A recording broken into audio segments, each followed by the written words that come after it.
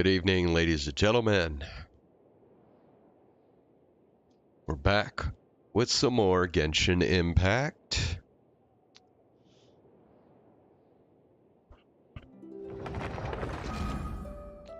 We got the final part to the quest for the event that's currently running.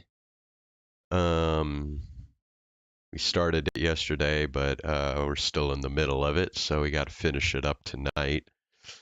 We also have Kaeya's hangout event, which I almost totally forgot about. So I think we'll go ahead and do that on stream as well. So yeah, we'll probably be doing Genshin for at least today and tomorrow. Add Astra.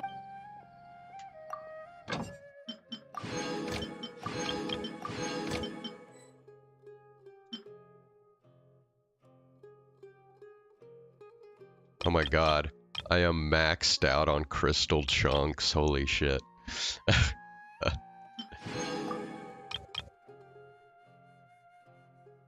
So what do I have to do?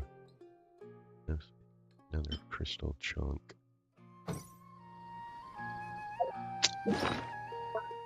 Okay, hold on. 10,000 is the max they allow.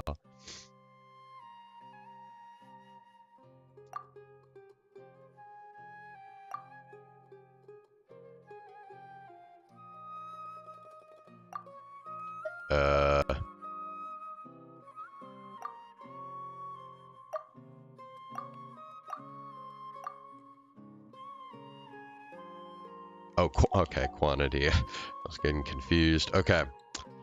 I guess 4, and then maybe. Wait, why didn't that work?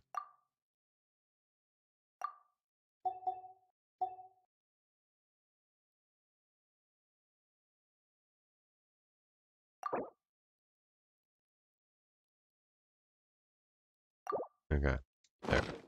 There. Now we should be allowed to do this. Okay. I wonder how much we have to destroy before it'll let us claim them. Seriously though, I'm gonna have to like start doing my expeditions for other stuff now. Instead of crystal chunks. I created another.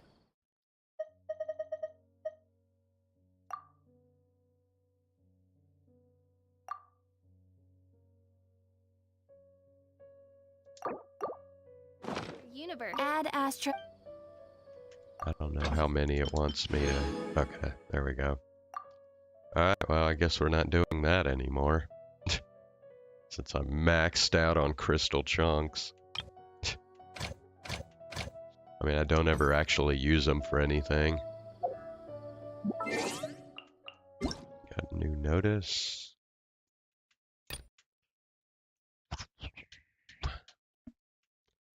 World quest.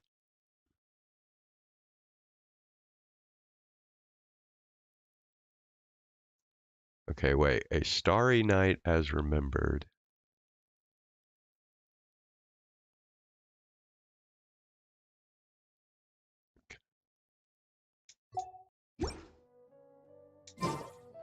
I created another universe and founded paradise.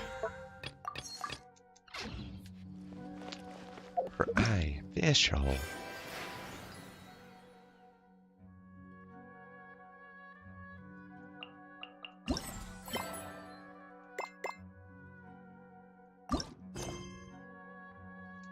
Okay, hold on a second.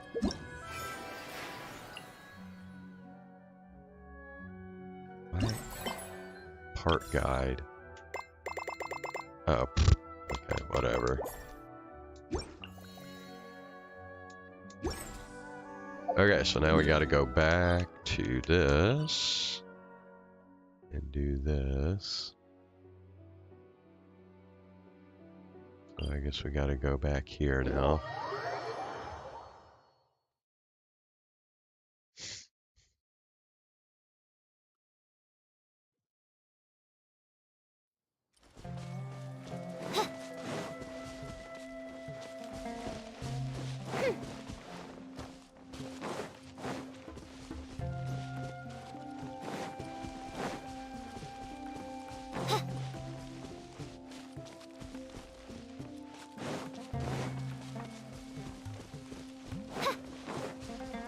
Wait. It's showing, oh, it's up there. Okay.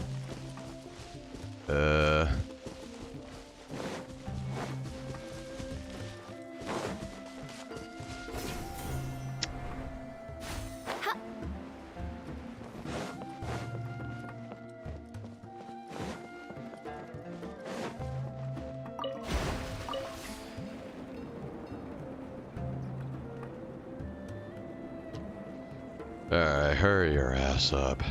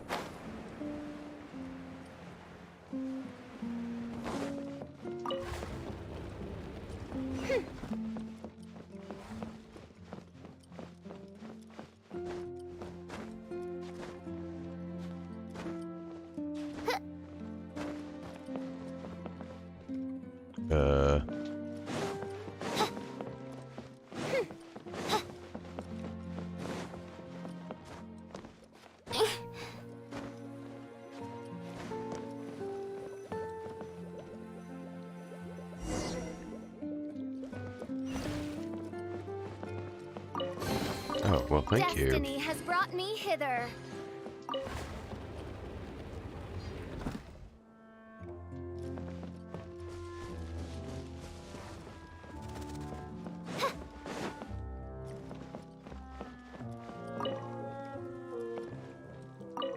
Of course. Wow, I got a cabbage. Okay, oh, there's some up there.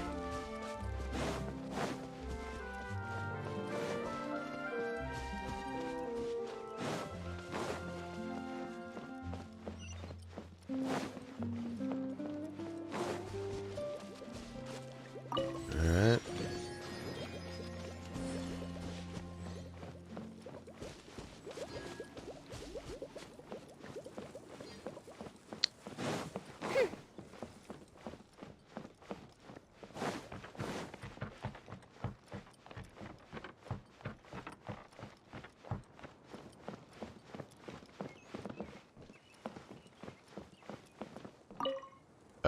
It's a speaker. Let us give thanks to fate, dear travelers, for your wanderings have finally brought you here. Surely you must be searching for a serendipitous encounter beyond your wildest dreams, an astonishing journey that is beyond your mundane imagination. Now, the opportunity for us to fulfill all of our desires has been laid before you, right here, right now. Dive into the brand new Daya's 3-day reverie. Step onto the grand stage, and you can experience something beyond your wildest dreams. Swim freely in a pool of Mora. Exorcise the phantoms haunting ancient castles. Break free from the shackles of gravity. Whisper the passphrase, take us to the world of reverie, to declare your curiosity and passion, and begin your journey. Wow, that speaker really knows how to work a crowd, though Paimon doesn't understand the details. Journey, show, stage, and something about a pool of Mora? Like having guests act on stage in a play. Oh, When you put it like that, Paimon's definitely heard of that kind of activity before. So is the person making the announcement Daya? She must be the director of the play. So if we register, we can become the characters of some of the plays?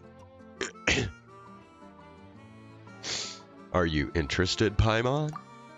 It definitely sounds cool. Paimon's especially interested in the Pool of Mora.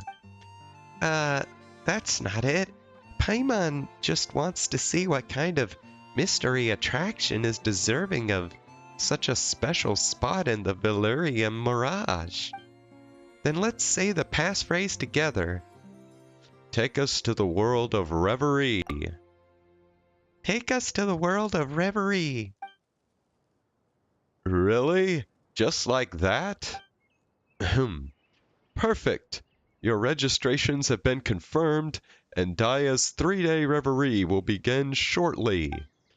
An ancient legend resurfaces, and new clues to a priceless treasure are found. A band of chivalrous pirates hone their weapons and hoist the sails.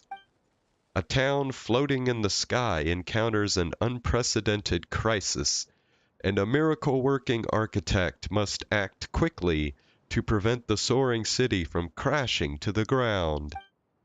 To save their fallen friends, a lone Hydro Eidolon must break into the haunted fortress and find a way to lift the curse. There are 3 different shows, each with their own theme. Please choose one. Find an announcement speaker like this and follow the instructions to go to the place of reverie. Come on, Harima. Let's look for an announcement speaker and give it a whirl. Okay.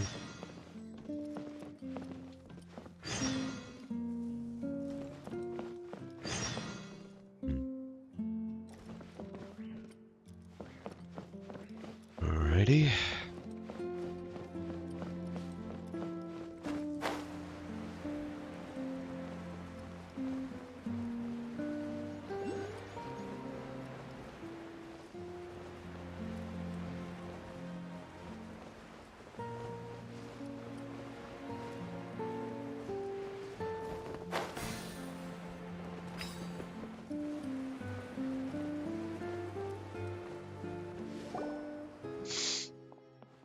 Staff and equipment in position. Mechanisms are prepped and ready. This performance of The Black Nacre and the All-Devouring Kraken, a play from Daya's 3-day reverie, will now begin. Docked in the port closest to the rumored location of the treasure, the crew of the pirate ship Black Nacre is recruiting new sailors and restocking before the final and most crucial leg of the voyage. Experienced adventurers set foot on the deck of the Black Nacre. They're outstanding fighters but novice sailors. Ahoy there, landlubbers! Get on over here! Huh? The voice from the speaker changed. It sounds like someone really serious is calling us. So, it's trying to interact with us? Who else would I be talking to? You're the best out of this sorry bunch of scallywags. We can't set sail without you. I'm the chief mate of the Black Nacre. You'll be working with me on this voyage, savvy? Perk up, sailors. It's your first day on deck, and our quartermaster will make sure you get the best preserved meat, cream hardtack, and dandelion wine. The speaker continues to narrate the scene before you. The chief mate appears to greet the raw recruits, dressed in ragged clothes and swaddled in bandages. It is obvious that he has just survived a fierce fight. Looking around, you see most of the sailors are seriously wounded. However, they are in high spirits, showing no signs of fear or being discouraged.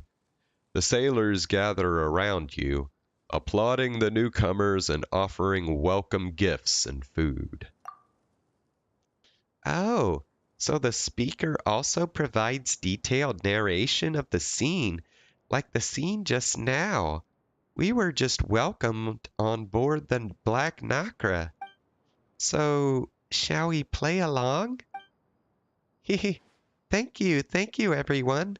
We haven't had the preserved meat or hardtack here yet, but they must be tasty.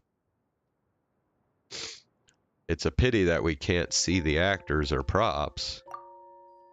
Yeah, the attraction is called 3-Day Reverie, so are we just supposed to rely on our own powers of daydreaming?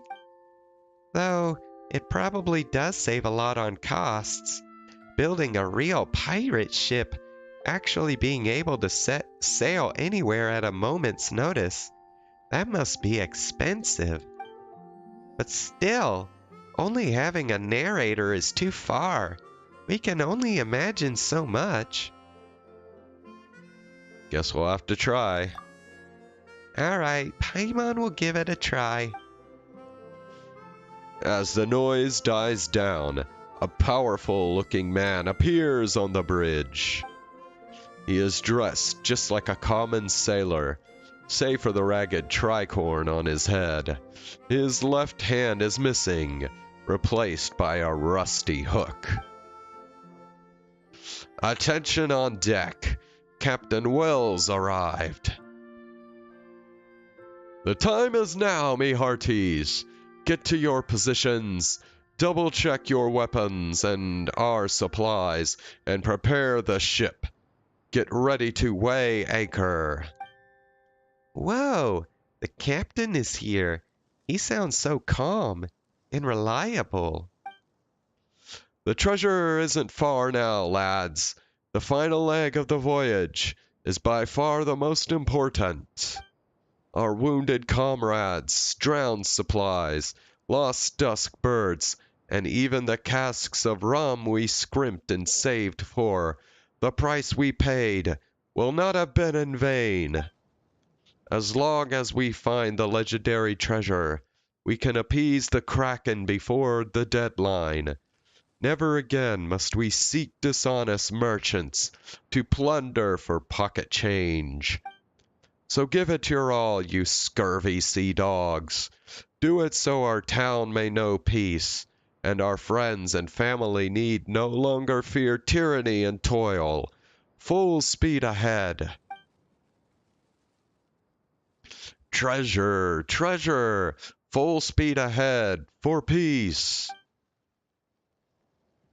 Having welcomed powerful new recruits aboard, the Black Nacra prepares to weigh anchor and set sail for the treasure.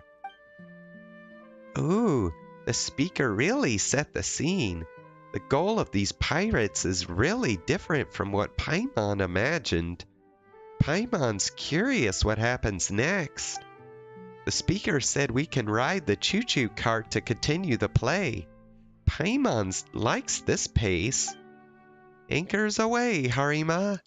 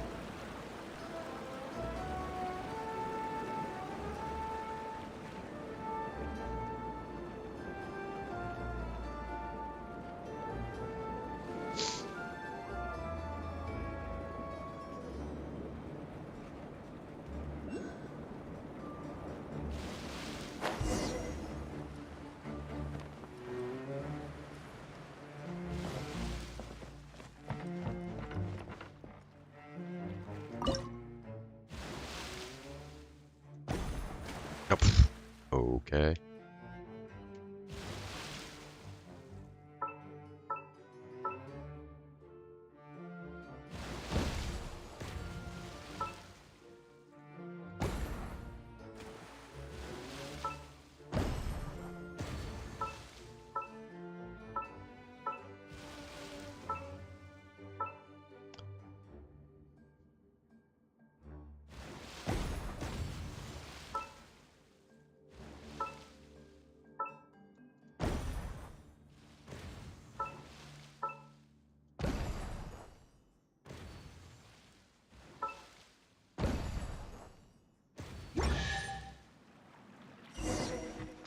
Nice. Cry out my illustrious name.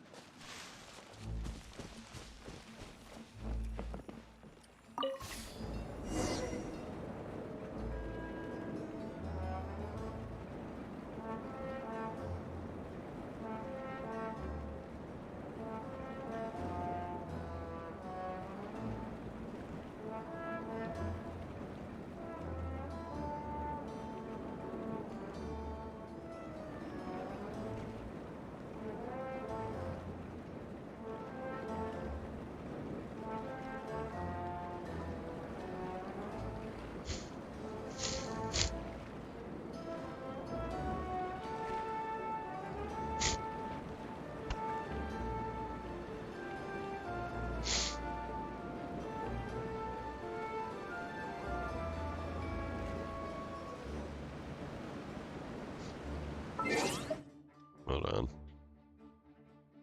Blow my nose real quick.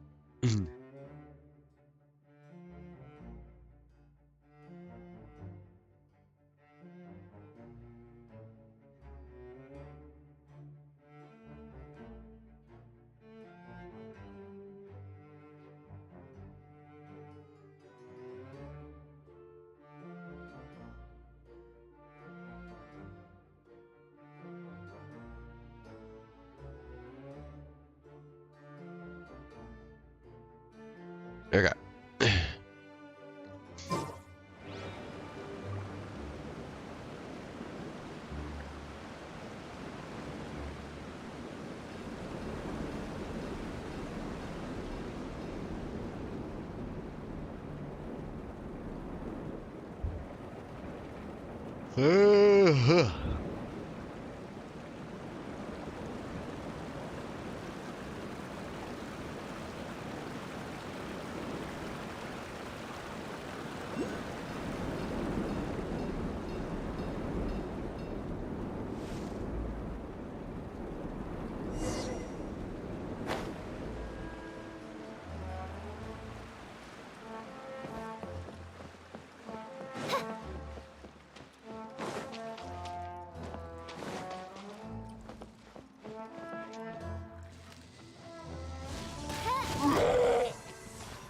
Mind the side effects. Oh, goodness, Shadow Raven! Let night fall! Taking a turn for the better. Share my knowledge!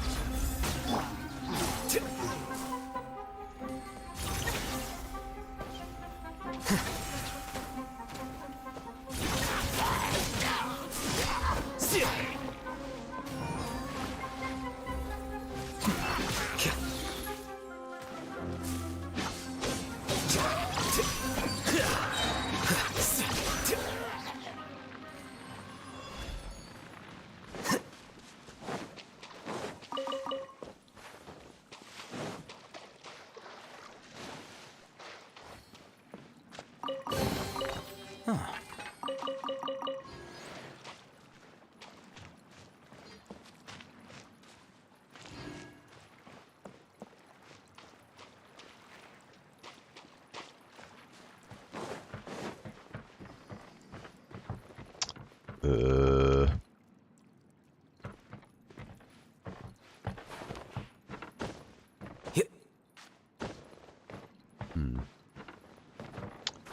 I don't see this thing. Where is it? Down. Oh, there it is.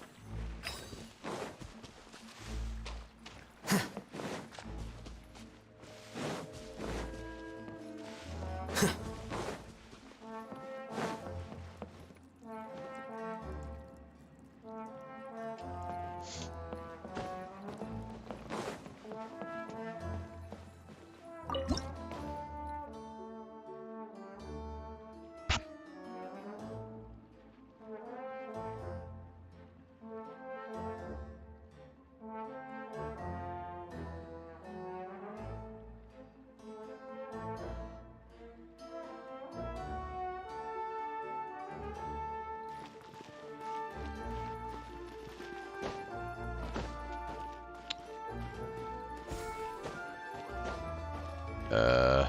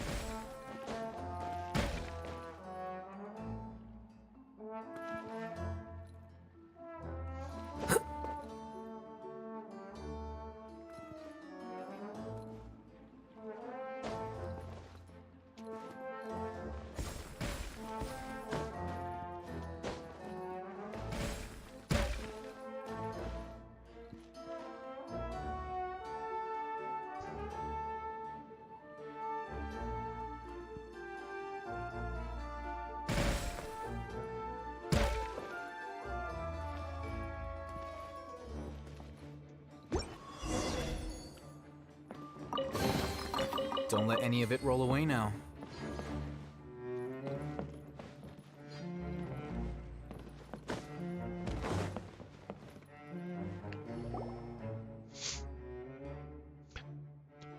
Marvelous! Congratulations! With the strength of the new sailors, Captain Will easily defeats his old enemies, sending them running. Having overcome every challenge the voyage could throw at them, nothing can stop the crew of the Black Nacre now. Such is the loyal crew of the Black Nacre, me lads. Even when those lily-livered biscuit eaters ambushed us, not one of you panicked. And of course, our newest crew members contributed mightily. They swept away all opposition like it was so much flotsam and jetsam. Of course. Bad pirates like that? Paimon and Harima could fight 2 or 3 boatloads more. Getting into it, Paimon?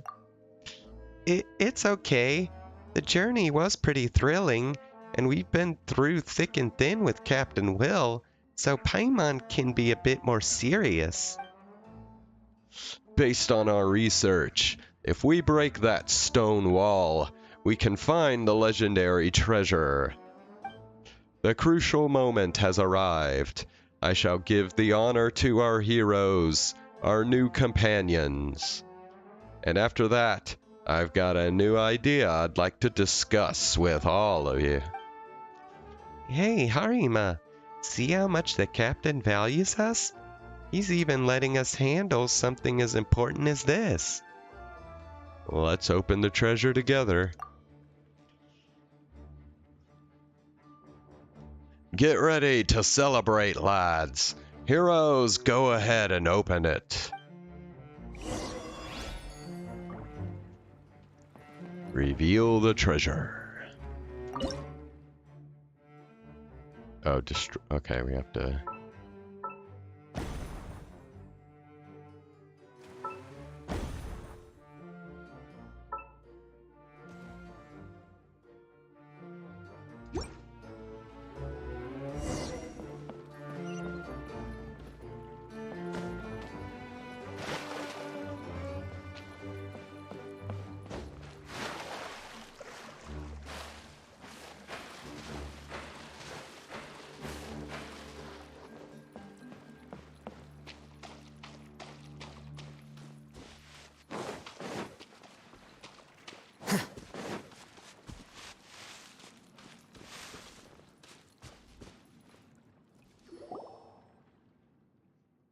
Yay, we found it!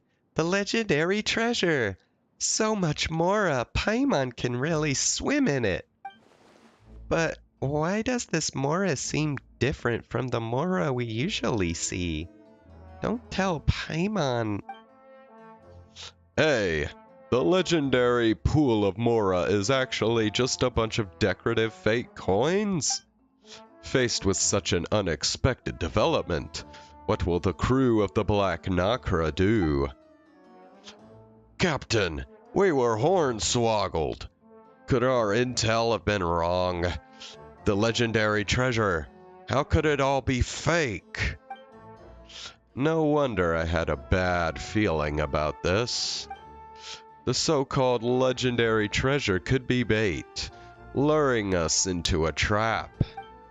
And their goal, the very people who braved hell and high water in search of treasure, and the quality weapons and advanced ships they bring with them. The sailors, exhausted by the journey, can easily be captured and sold as labor. No, no! We were all tricked! How could this be a giant trap?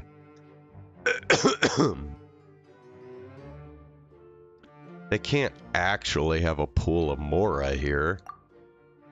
Oh, you have a point. Paimon forgot we were acting. Okay, even though there aren't any other actors, and the set is a bit shabby, Paimon can tell a lot of work went into this. Paimon thinks we should respect that. Let's hear what our crewmates from the Black Nacra have to say. Captain Will gathers the inconsolable sailors in front of the fake treasure. Captain, is this the doing of your enemies? No, this is beyond them.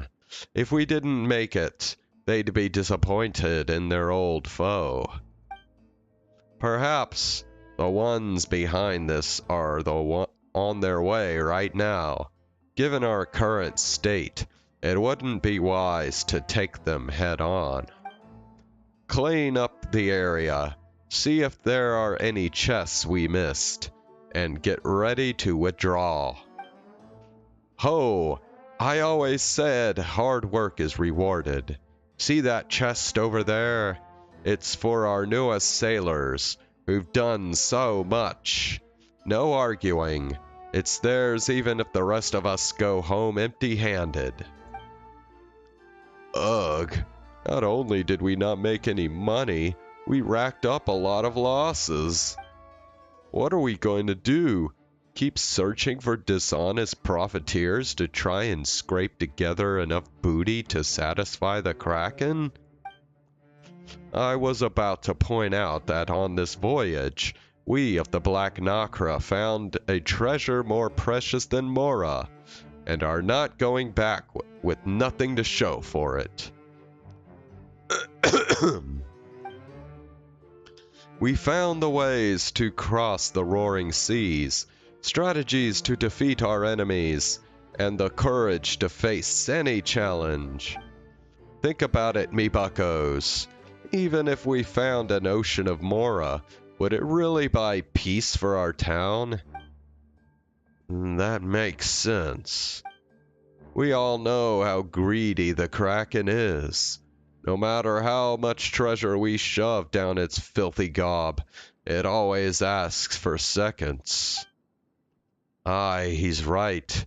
I've heard even rich towns have given it dozens of times more treasure than we, yet it hungers.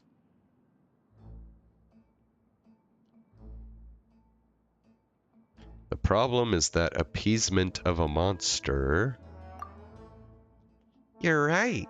If it was up to Paimon, we wouldn't let that monster have its way. But the captain and his crew are just ordinary people. So we must solve the problem at its source. That's why giving it more Mora doesn't make any sense. With the fighting experience we gained on this voyage, I'm sure we could defeat the Kraken, and lift the shadow it casts over our town. Come, me hearties, do you trust your captain? It sounds risky, Captain, but it's worth a shot.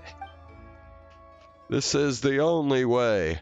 If we keep giving in, eventually we'll have nothing left, and we'll have nowhere to run.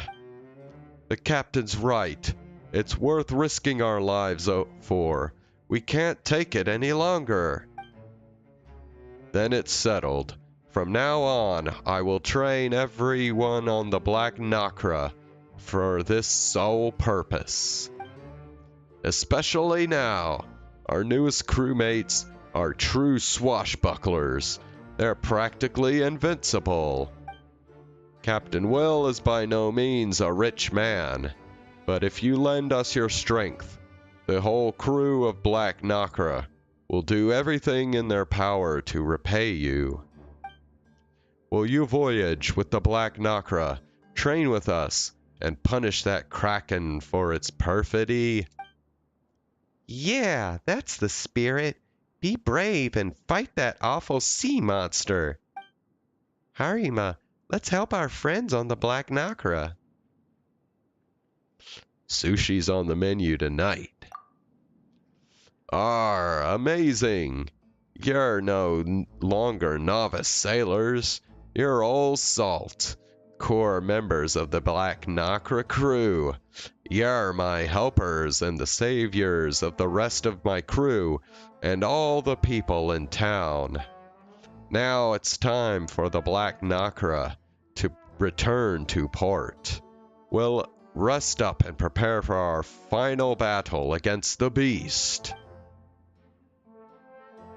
The speaker begins to summarize the end of the first act. After triumphing in numerous trials, the new sailors are now pillars of the crew. Led by Captain Will, the crew is preparing for a crucial counterattack. Please stay tuned for the Black Nacra and the all-devouring Kraken Act 2. The Black Nacra Strikes Back. The narration ends and the motion of the mechanisms inside the cave grind to a halt. Silence reigns once more. It just ends there? Paimon was just starting to get into it. Maybe they haven't finished the Kraken yet. You have a point there. If the play was any longer, most guests would be too tired to fight a sea monster. And the sec really could use some work. Something as exciting as a boss fight deserves a proper stage. Daya's 3-day reverie certainly has potential. Paimon's getting curious who this Daya person is.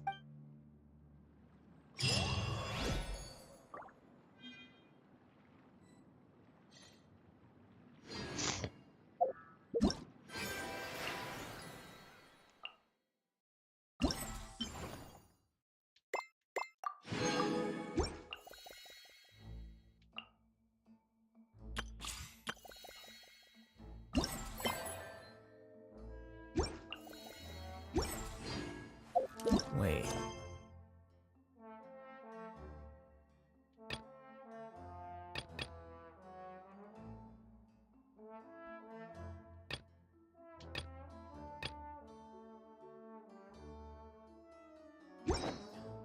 Huh?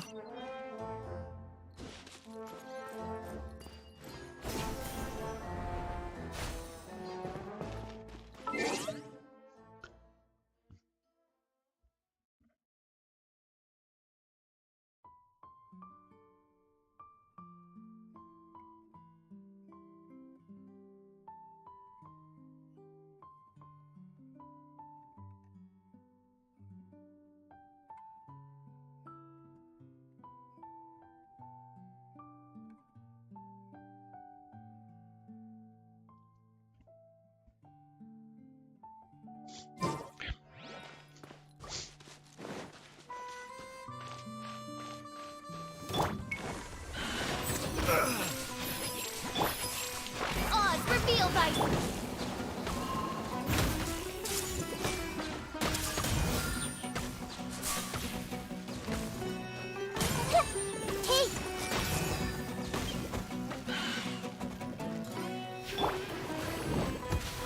Scatter.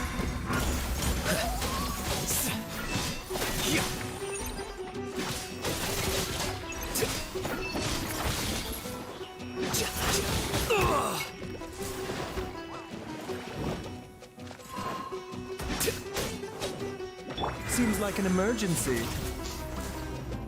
By royal decree, the Temple of Wisdom. Flicker.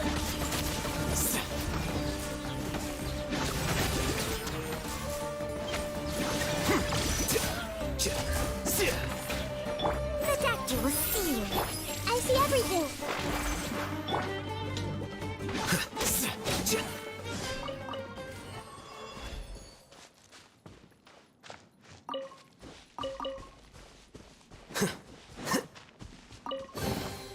Here you go.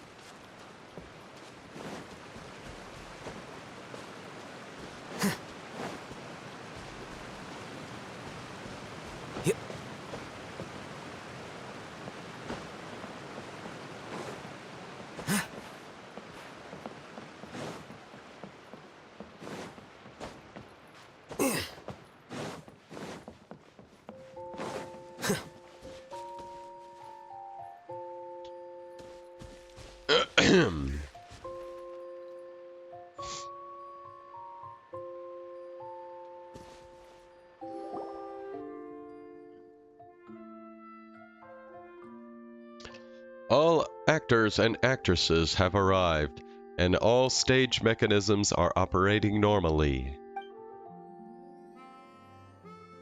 This performance of Petrifying Gaze, a play from Daya's three-day reverie, will now begin.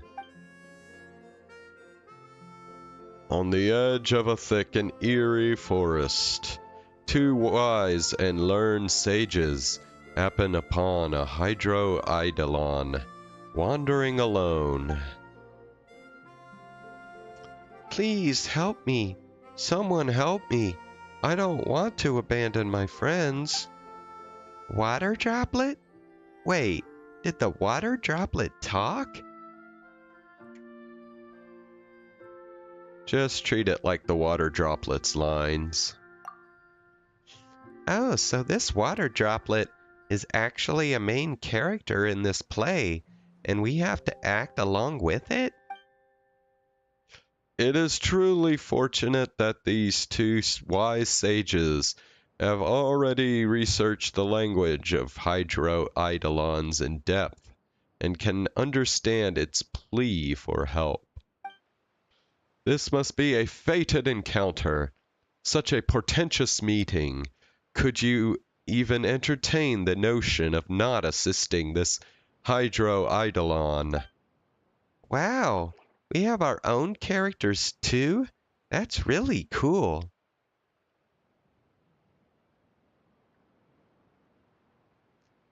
Let's get back on topic. While we were lost in the forest, in the woods, we happened upon an ancient castle and accidentally awoke this evil spirit slumbering within. Two of their leaders, they laid curses upon us. Now the moment a ghost sees us, we turn to stone. I barely managed to escape, but my companions... they must be in such pain. Is this our fault? Of course not. Even if those ghosts got up on the wrong side of the bed, that's no excuse to be bullies. Those jerks, turning lost water droplets into stone, that's even worse than bullying. Those ghosts are all super bad guys.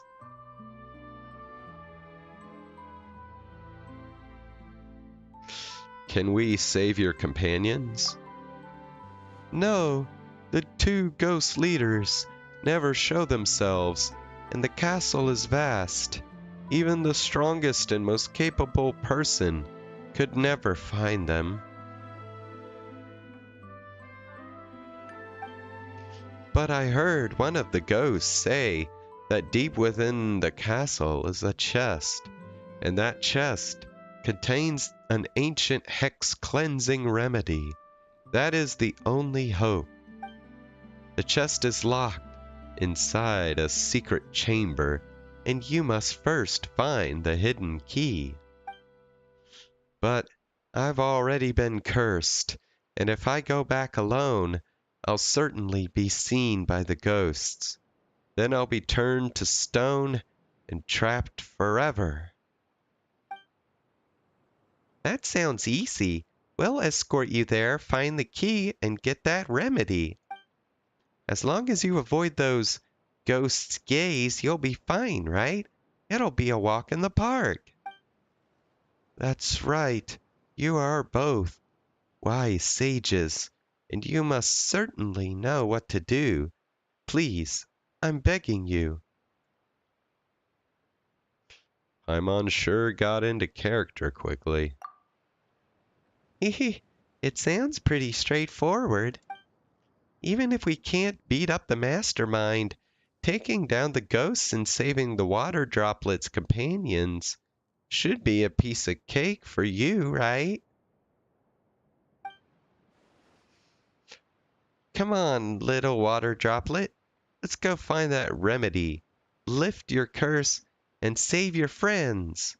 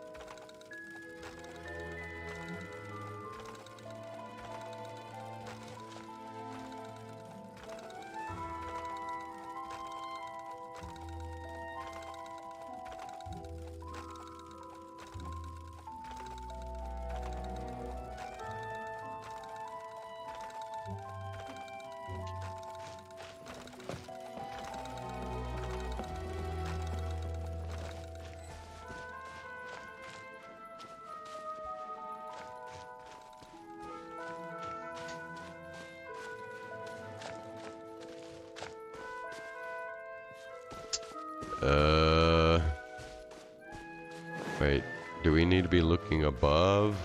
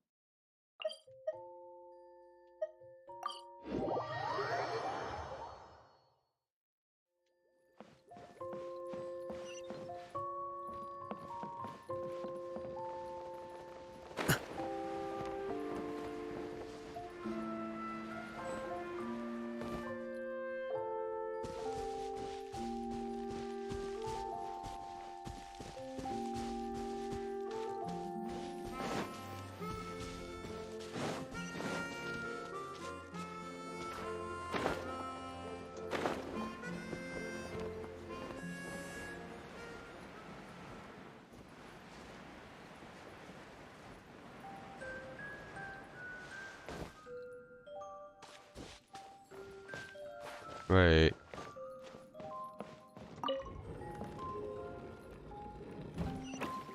Oh.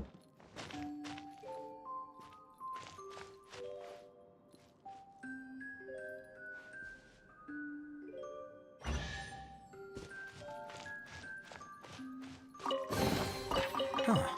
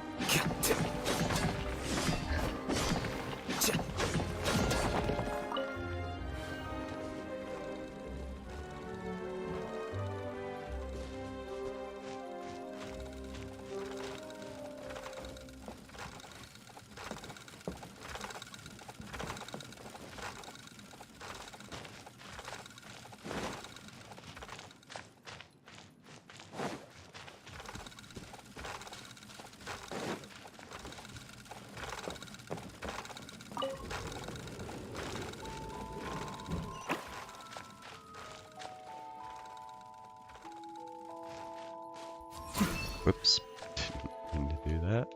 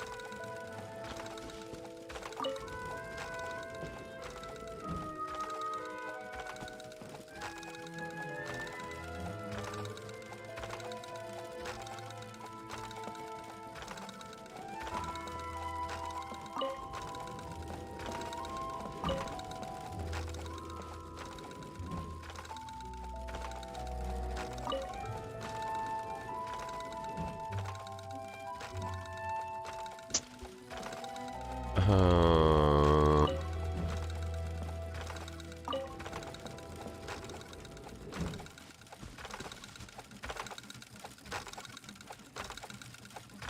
oh, wait a sec.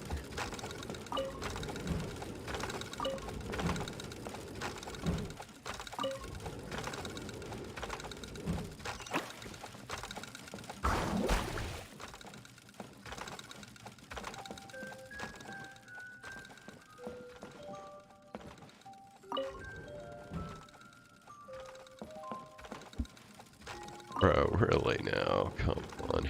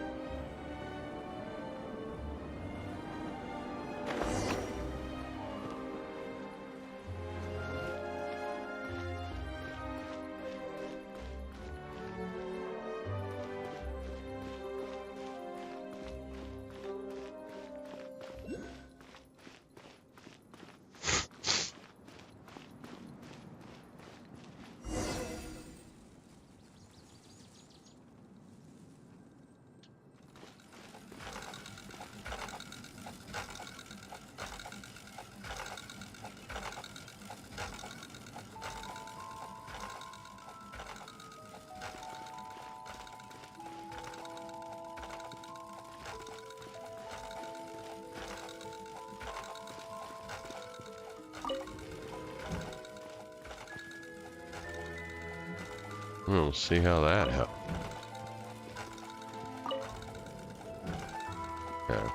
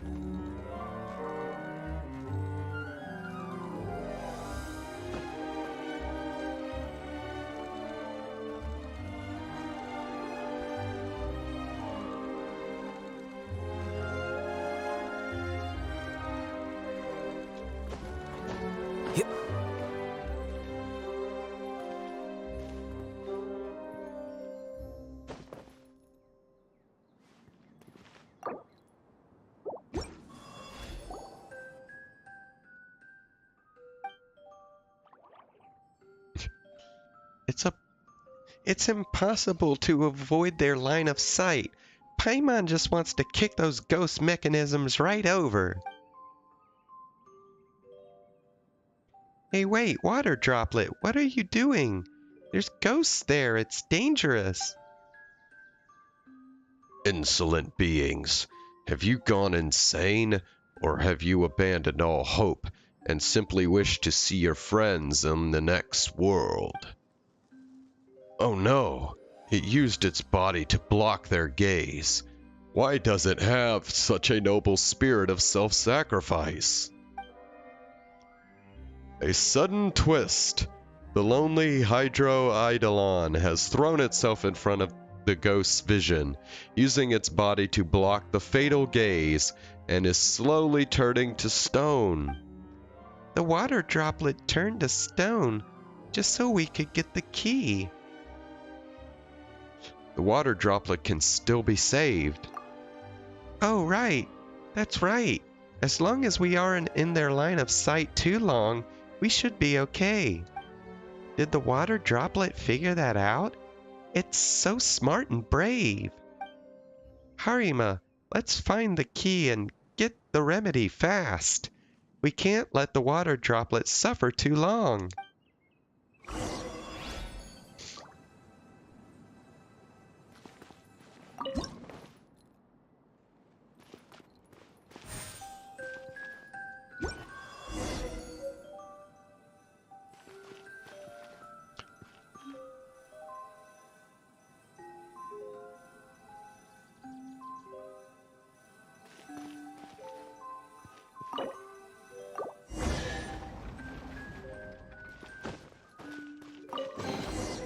Don't let any of it roll away now.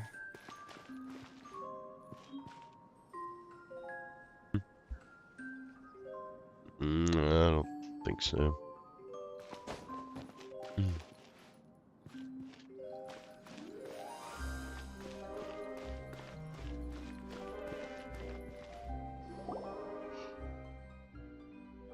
Though if a water droplet has turned to stone, can it still drink a potion? And how does water even drink water? Oh, maybe this remedy is the kind you rub on. Let's try it out.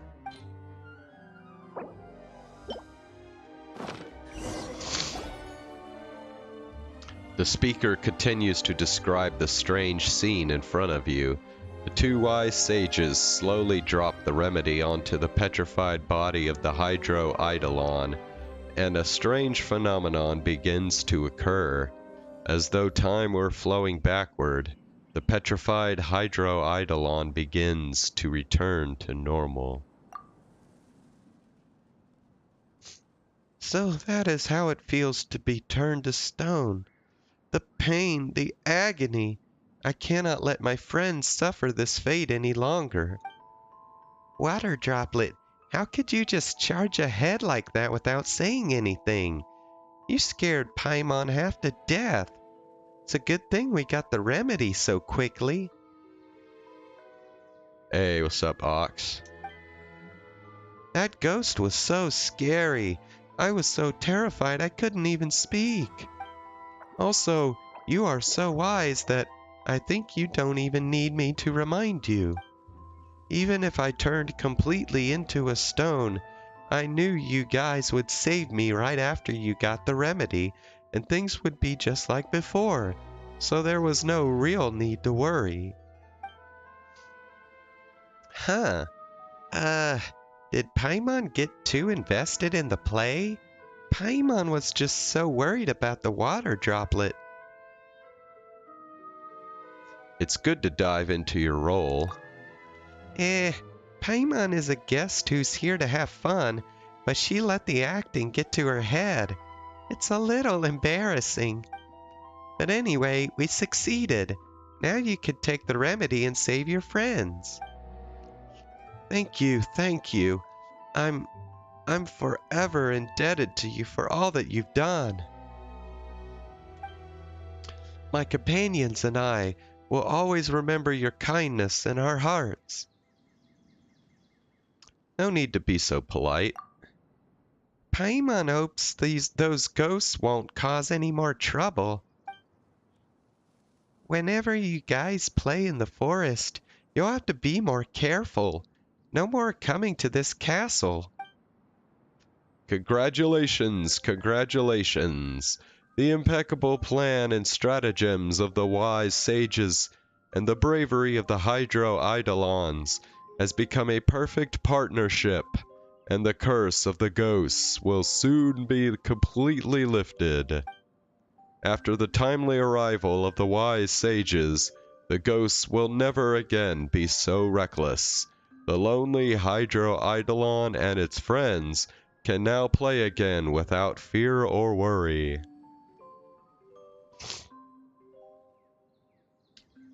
Was the play real? No. It was pretty much mostly just announced over the speakers.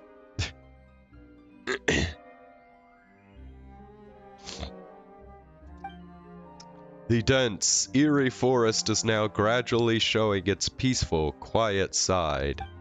Thus ends Petrifying Gaze. Thank you for watching.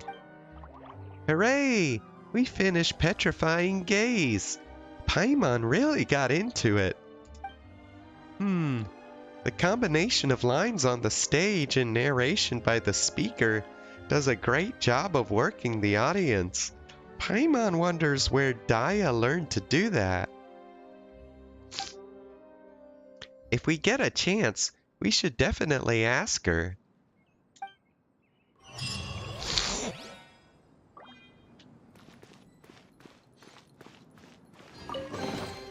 Huh. Well, don't worry, there is one more play, so...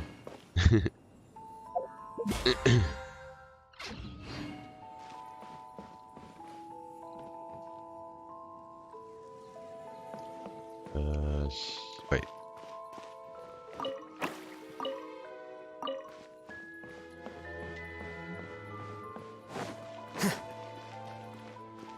I guess that's it, right? There wasn't anything over this way. Okay. Alright, move on.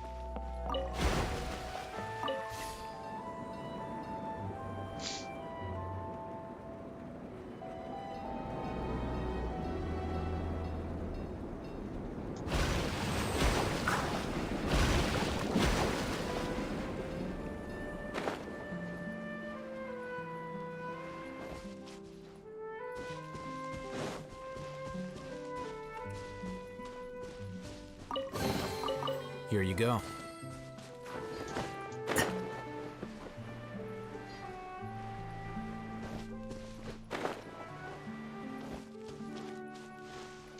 Would you say it did a good job captivating? Well, it captivated Paimon, that's for sure.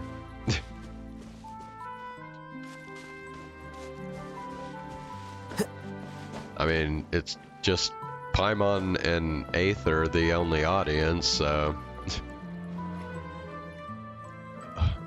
Okay. Whoa, it's like way up there. Okay.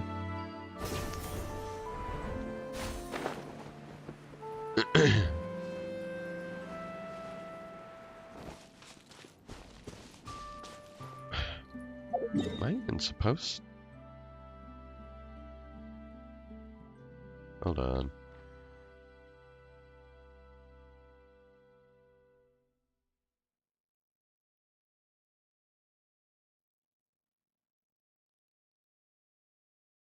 Oh. Okay, I don't know.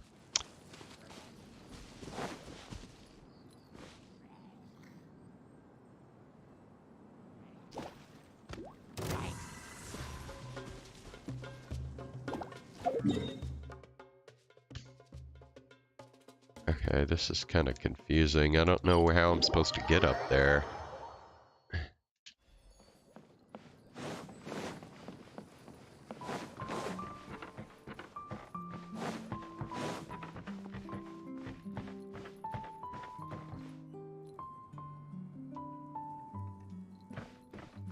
Okay.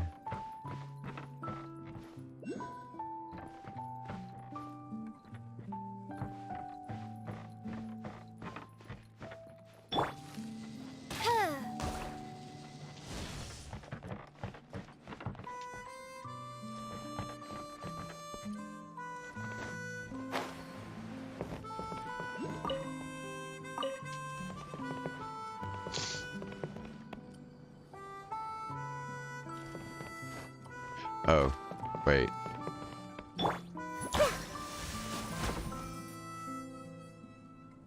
Up there? Okay. Alright, whatever.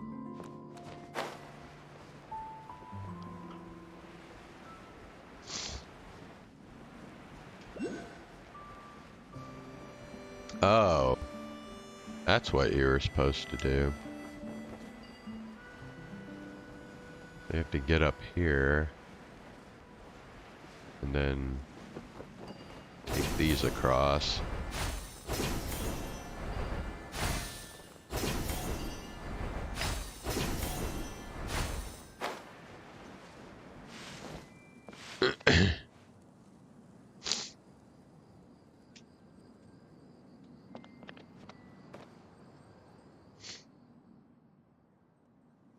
All inspections of play mechanisms complete. Animo particles in position. Hello? Hello? Is everything in place? Those abnormal animo particles. They've all been taken care of, right?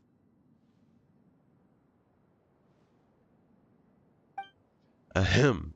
Well then, this performance of Sky Castle Saviors, a play from Daya's 3-day reverie, will now begin. This story takes place in a remote mountainous area. The people living here are constantly facing floods and storms, and their lives are filled with hardship and misery. In order to provide advanced warning of disasters, a group of courageous warriors built an observation post on top of a towering cliff. Over the years, the lookouts on the high cliffs became a unique tribe known as the Cliff Keepers. The speaker continues to describe the background of the story in detail. The difficulty in transporting goods to the cliffs made the lives of the keepers even more torturous, to the point they had not a single complete home to live in. The elder of the keepers turned to the miraculous architect, renowned for their expertise. They entrusted the architect with the task of constructing a floating town in the sky. The miraculous architect constructed a remarkable load-bearing structure, providing a solid foundation upon which all the town could be built. Next, the architect embedded tens of thousands of specially designed hot air balloons infused with animo particles within the foundation. The unparalleled buoyancy of the balloons effortlessly lifted the entire town to the very summit of the mountain. The miraculous architect firmly anchored the town at a predetermined height, granting the keepers a stable and cozy haven to call home. Yet as time marched inexorably onward, accidents began to befall the animo air balloons. The keepers soon found their town was slowly losing altitude, teetering on the precipice of shattering into pieces on the mountain summit. A great calamity loomed, accompanied by tremors that shook the inhabitants' hearts, as well as their homes. Whoa, what a heavy start to the story. A floating town in the sky on the verge of falling? Now that's a crisis.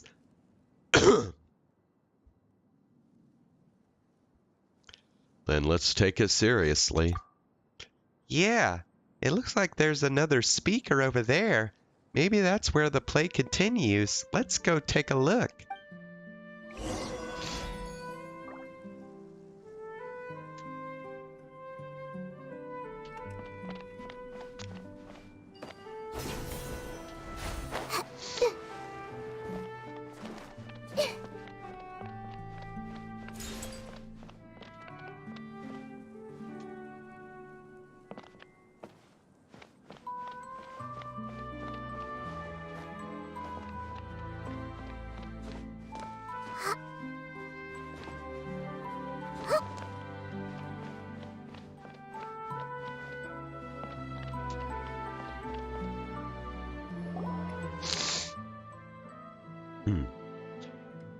The Elder of the Keepers meets with the miraculous architect and provides a detailed explanation of the crisis looming over the flying town.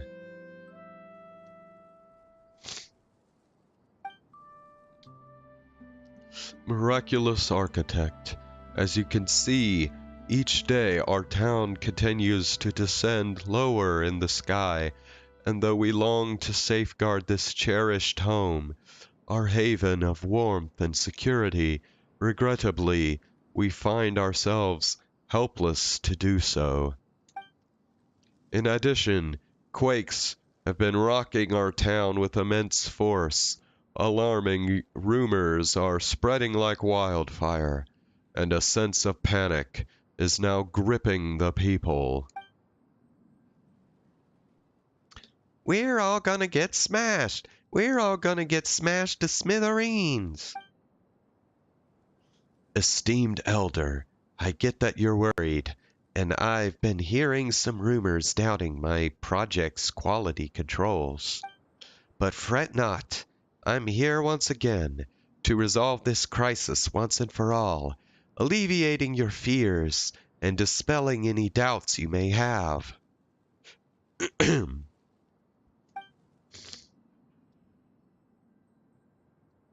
I just took a brief tour of the town and took a look at the monitoring devices I had set up in the foundation, and guess what? I discovered that the fault lies with a few individual lift balloons. It appears that the animo particle levels in certain lift balloons have dropped, as if they have been intentionally damaged. However, as long as we fix them, we can prevent the town from plummeting from the sky. So, to restore the town to its planned altitude, we'll need to increase the lift provided by some balloons and install additional fixed anchor cables. Though I should say, it's gonna cost a little extra. You see, in most cases, intentional damage isn't covered by the warranty. No worries. We'll increase the budget to 5 times the initial rate. How's that?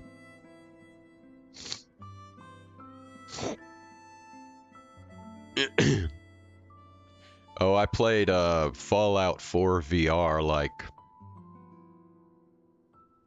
a while ago.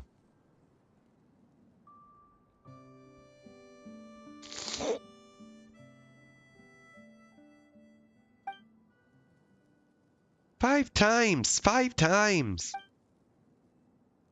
Oh my, so willing to add in a bit extra. That's wonderful. Wait, 5 times? Don't you think that's a bit much? Back when this town was initially constructed, your budget was already several times what other clients paid. I didn't mention this last time, but before, we ran into an exceptionally greedy craftsman. Seeing our resources, he quoted a price over 20 times the market rate. Nah, 4 is the only one I've played. Luckily, we had been thorough in our research and didn't fall for it. But as a result, we have a rough idea of the true construction costs, and your bid has always been far below what would be expected.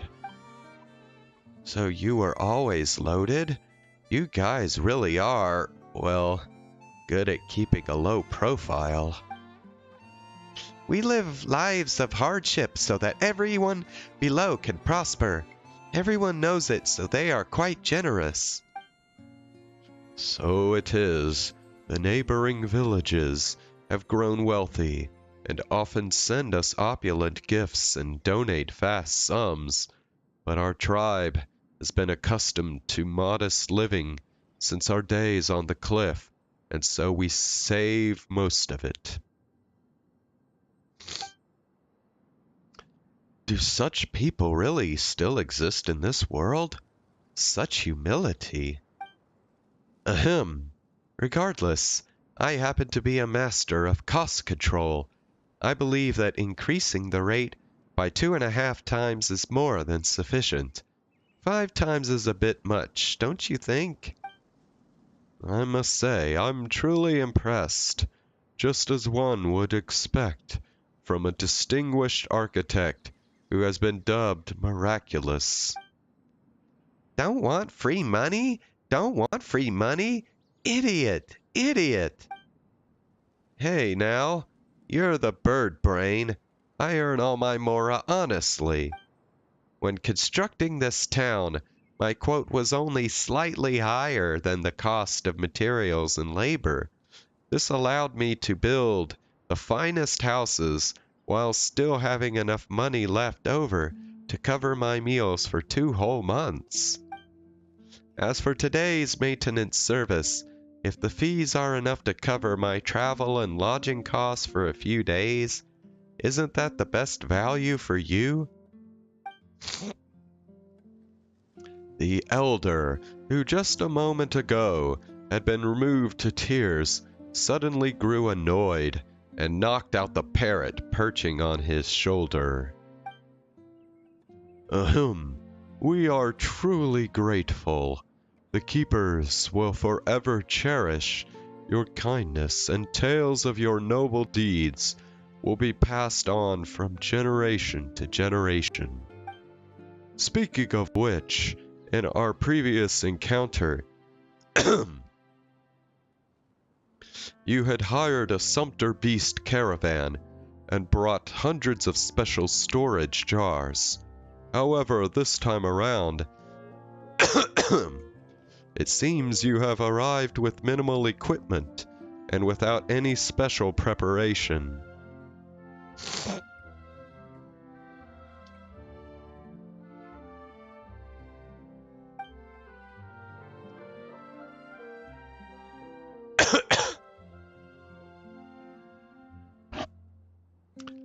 Ahem, you've hit the nail on the head. The primary issue at hand is finding a way to gather sufficient animal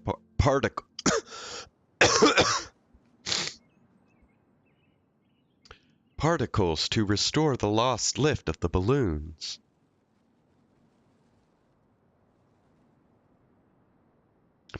I'm gonna go grab some water. I'll be right back.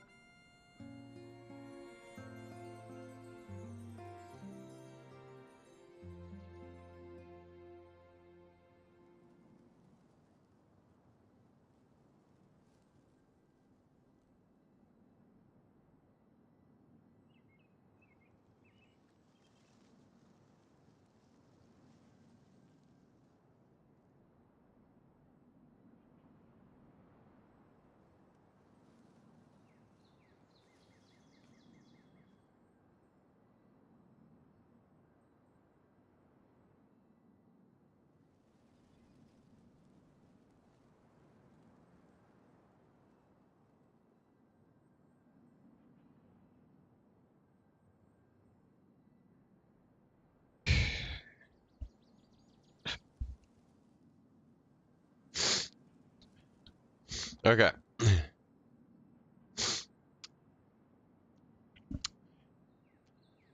Hello, Even Jack. How are you doing?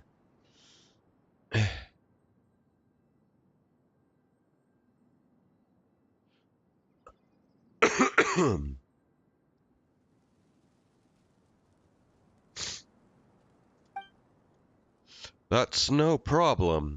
This time, we'll handle the animo particles. Collecting them is our specialty. My people are well versed in using animo particles to forecast storms. Let us, the professionals, assist you in this crucial matter. The elders select 2 courageous keepers, you who have patiently waited on the sidelines. You have triumphed over gravity and mountain winds, effortlessly navigating the towering terrain. You are the rising star of the keepers. Paimon gets it. It's our time to shine. This time, we're skilled keepers, and we just need to fly all over collecting animo particles. That's super easy for us. We've had practice. Very well, then we will entrust this task to you. This may be more exhausting than usual, so we will be sure the rewards are commensurate. Working at heights is no joke. Please be careful. Don't worry, humble elder and honest architect. Leave it to us. You two just fix those balloons while we go fetch the critical particles. Let's go, Harima. Let's hustle and get the job done pronto. Just have to collect enough animo particles so these keepers can keep their home.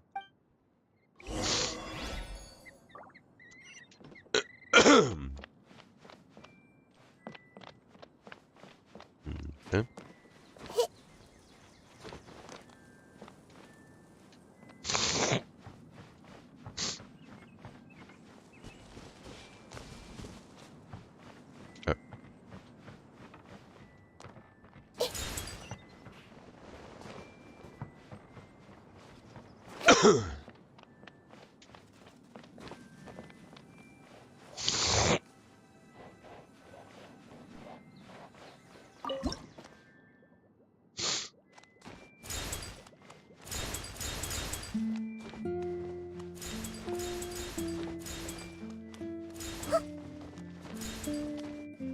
Okay.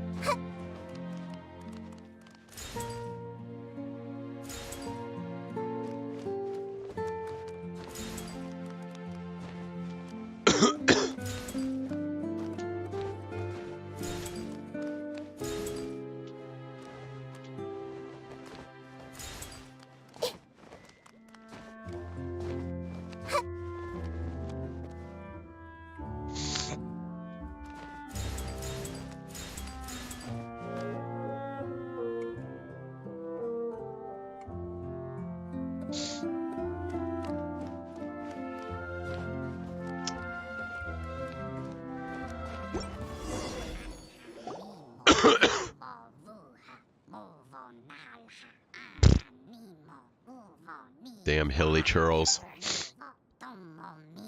Wait, were they behind the sabotage of the balloons too? Ugh! Harima, let's teach them a lesson and get those animo particles back.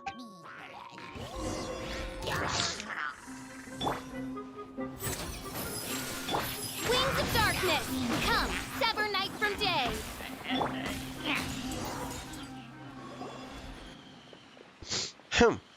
See the error of your ways now? No more sabotage in the future. Got it?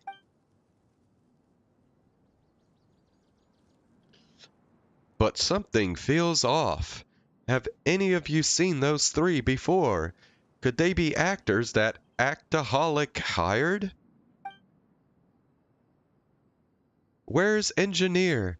Did Engineer fix the sea monster's mechanisms?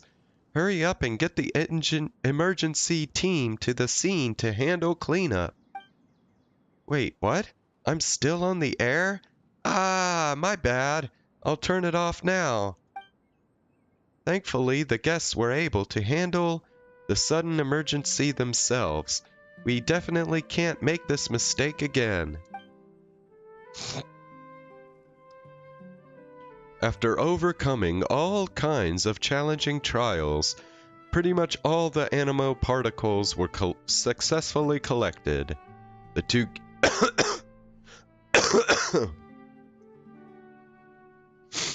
The two keepers were so focused that they didn't realize that more than half a month had passed. The miraculous architect comes through in a big way, swiftly repairing the lift balloons in the town's foundation. The narrator on the speaker sounds a bit anxious, don't you think? Was that part of the show? Paimon's got no clue, but it's probably not important. Let's get back to the play. The narrator mentioned that we've jumped ahead like half a month in time, which saves us from waiting for the architect to fix the balloons. Let's go and meet them now.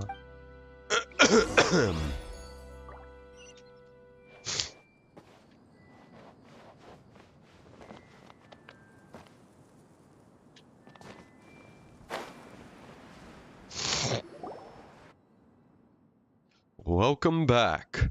It could not have been easy. Please enjoy a hard-earned rest. Bravo! Bravo! You look around and notice that the miraculous architect has already repaired all the damaged balloons. Once the animo particles are ready, the disaster will have been completely averted. The elder calls upon the other keepers, who arrive with steaming hot food and refreshing drinks. Your efficiency has also left the miraculous architect stupefied, staring in awe.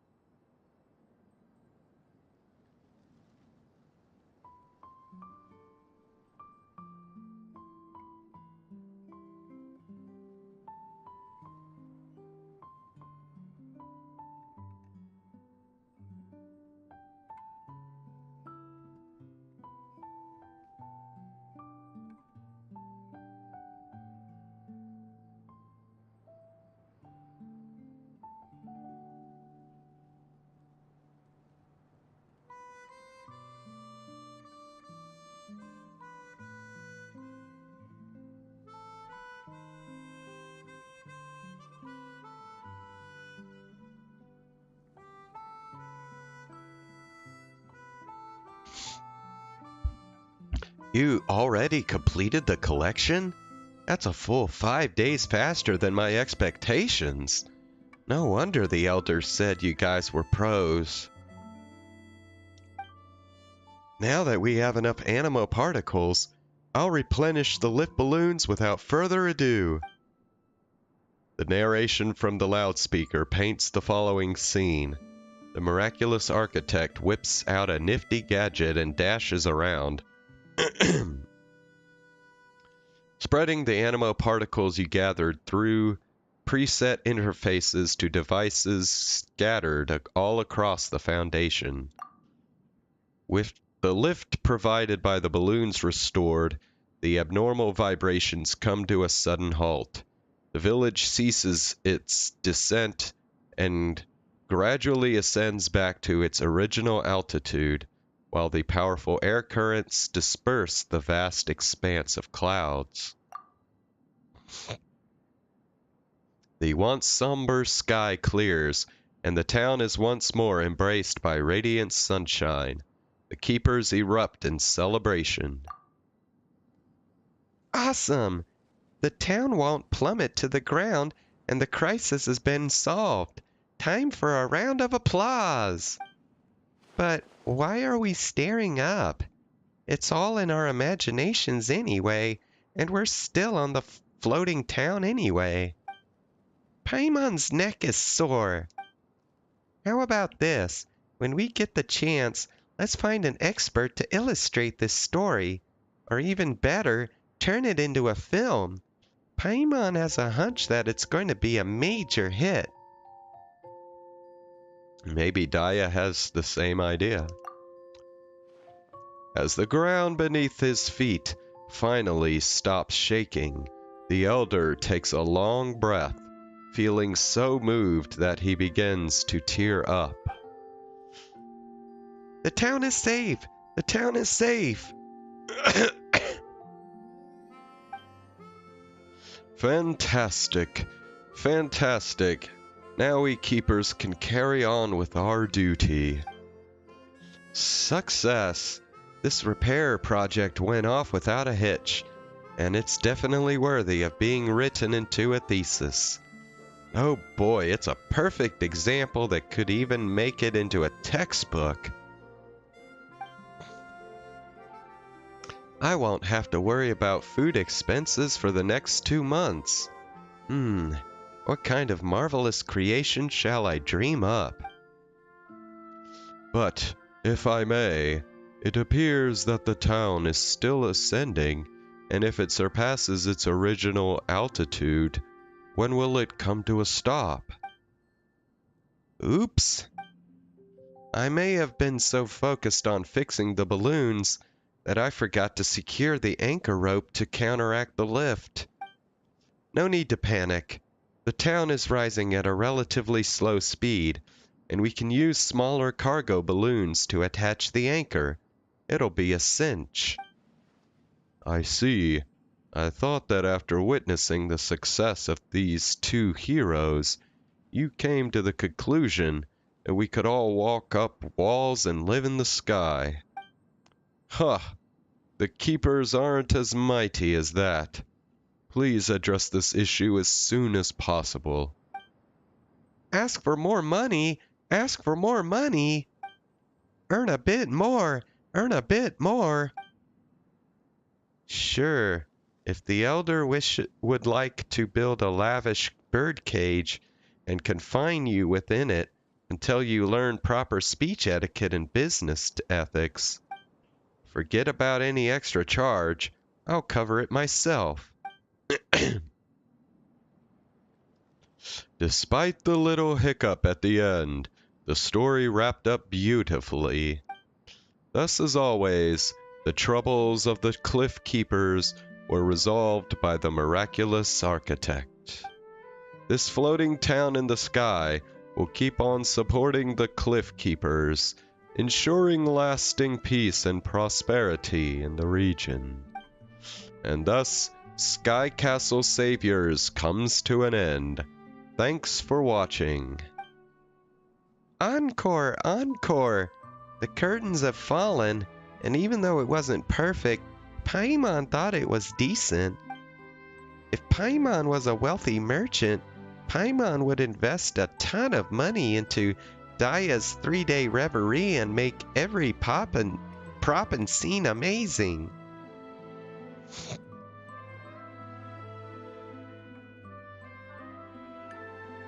Let's look into that when the opportunity arises. Absolutely. Paimon hopes we get a chance to meet the mysterious Daya.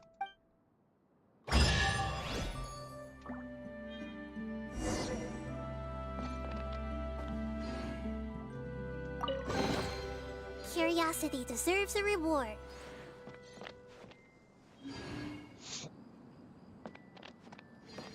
My goodness, this part is just as long as frickin' part 1 was. Jeez.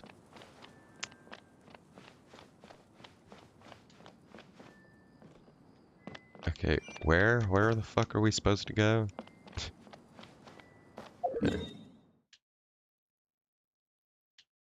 It'd probably be faster to go over here.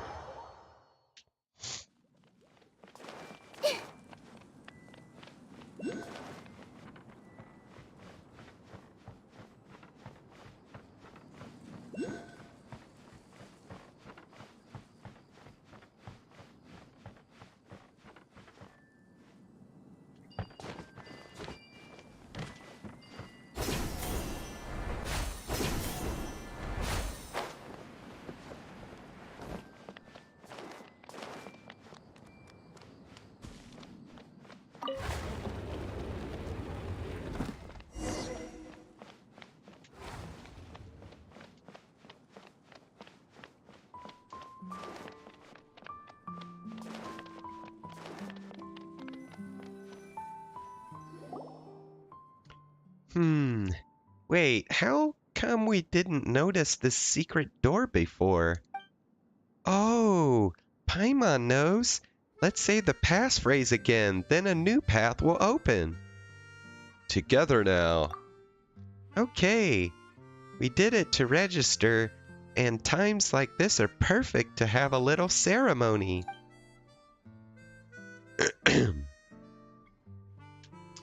Paimon knew it! A hidden chamber filled with secrets. Hehe, ready or not, here we come.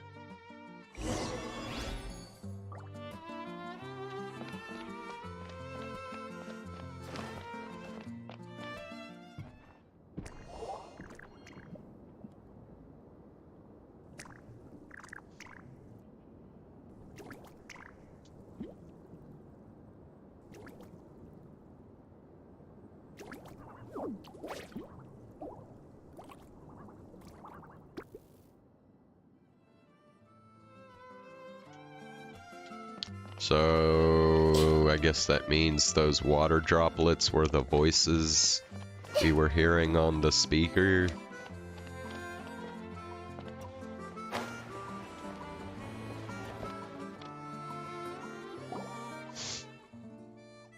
Whoa! Why are there so many water droplets here? What are they doing gathered around that giant machine? Paimon's confused. What's this machine for? And where's Daya? Welcome to the 3-day reverie. Surely you must be confused by the scene unfolding before your eyes? Then allow us to demonstrate. Come on, loafer, stop napping. Now, place 1, action 2. Let us give thanks to fate, dear travelers, for your wanderings have finally brought you here. Is that water droplet using the announcement speaker to play a recording? It sounds so familiar. Where has Paimon heard it before? It's the announcement we first heard regarding this attraction. Hustler, you're up. Place 3, action 7. The chief mate that appears in front of the new recruits is dressed raggedly, covered in bandages from head to toe. It is readily apparent that they barely survived an intense battle not long ago. Paimon remembers. This is from the Black Nakra and the All-Devouring Kraken. This is the part right after we meet the chief mate. The narration we heard then was also played like this. What amazing timing.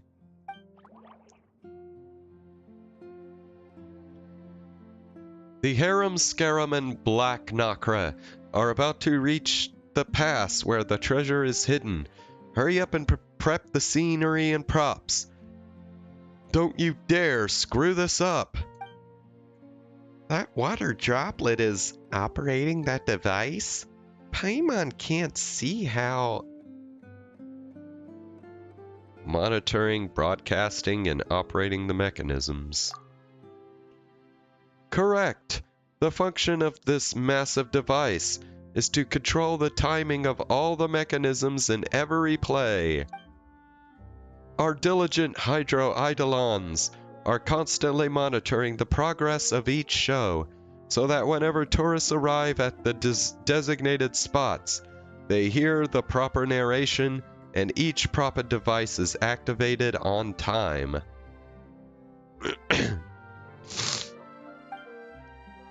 As long as guests follow procedure, a fantastical 3-day reverie will play out before your eyes. Of course, if guests try to leave partway through or behave too unexpectedly, then it'll really impact their enjoyment of the show. We just don't have enough staff to handle things like that right now. Anyway, I think all the guests will behave themselves, right? That's so amazing. We were having so much fun, we never realized how much was going on behind the scene. So many props and mechanisms have to be carefully controlled. It must be really hard to pull off these shows. Great timing and teamwork. So, is this Daya talking to us now? Hello, Arim, how are you doing? Are you using these hydro-eidolons to control the 3-day reverie? Why not just come explain things yourself? Paimon still has so many questions for you. Correct, but there's more to it. Everything you have seen, and everything inside this broadcasting station, including the chief director, fake playwright, loafer, hustler, and the harum scarum, as well as the other unseen and unheard hydro-eidolon maintenance staff, of course. Combine all of these, and that is Daya, not a person but the entire system itself, creator and controller of the show. Daya is not a person, but a system? Wait a sec. That's overloading Paimon's brain. Paimon knows that water droplets are smart, but can they actually design such a complicated system by themselves? There must be a designer behind the curtain.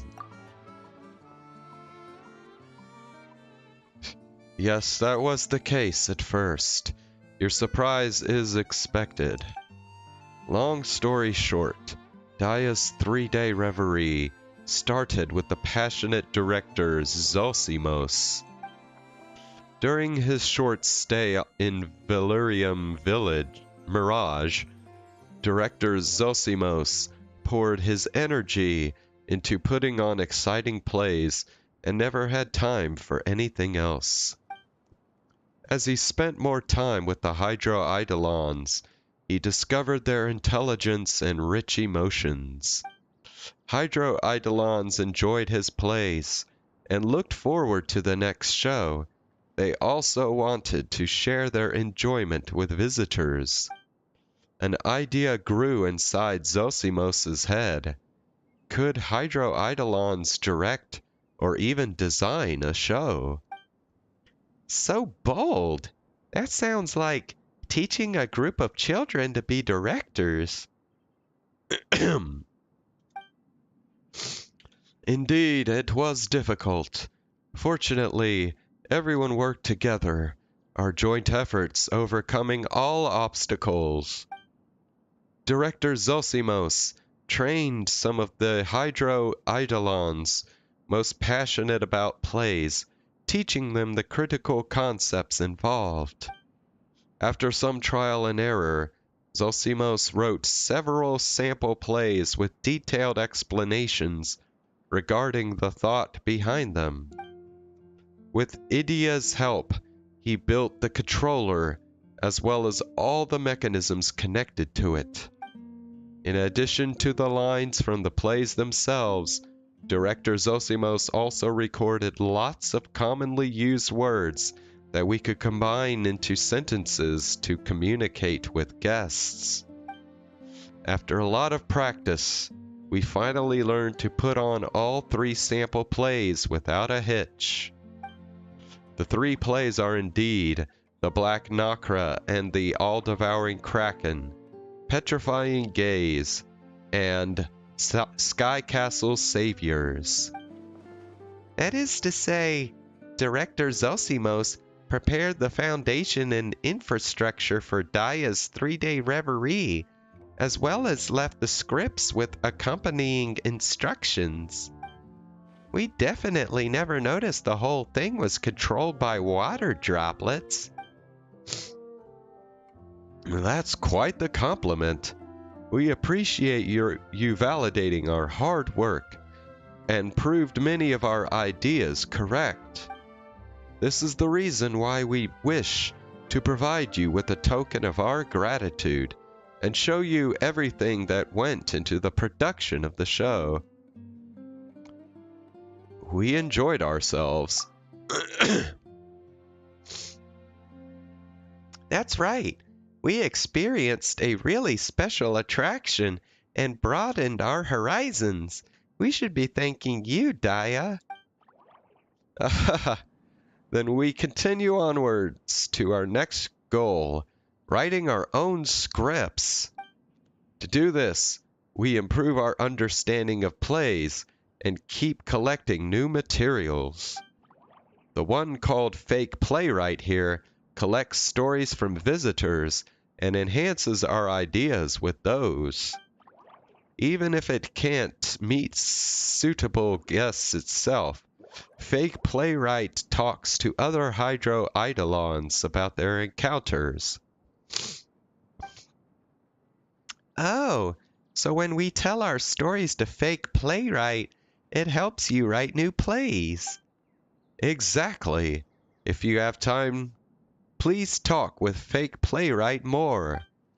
Also, please continue to enjoy your time in Valerium Mirage, and please talk more with the other Hydro Eidolons here. No worries. Paimon and Harima Levitt here. We'll definitely provide you with lots of great material. Actually, there's something else. Paimon's been curious about it for a while. Why is it called 3-Day Reverie? Could it be that Director Zosimos spent 3 days on each play? Or maybe, like, 3 days in total?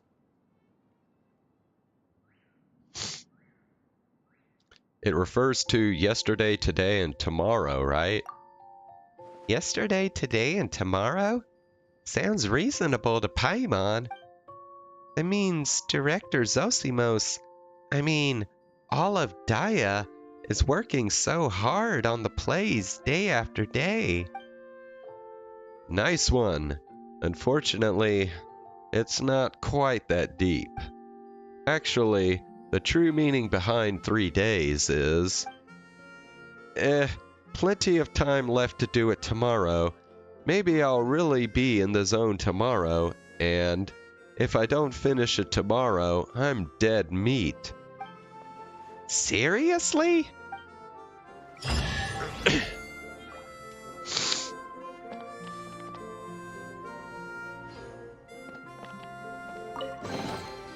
Find anything you like?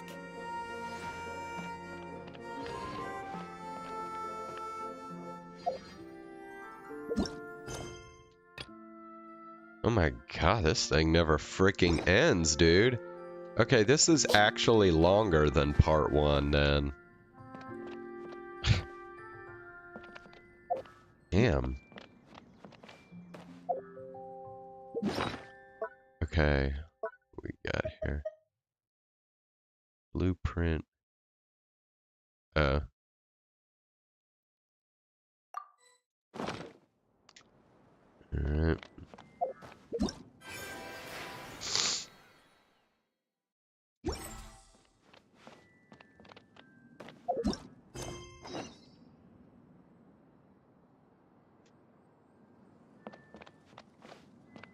Wait, what? How do I go down?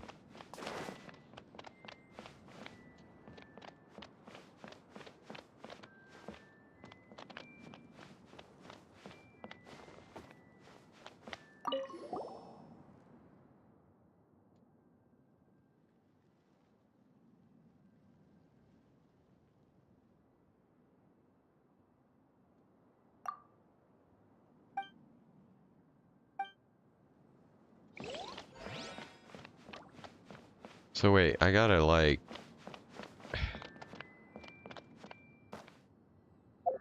Oh shit, I guess we'll just do this.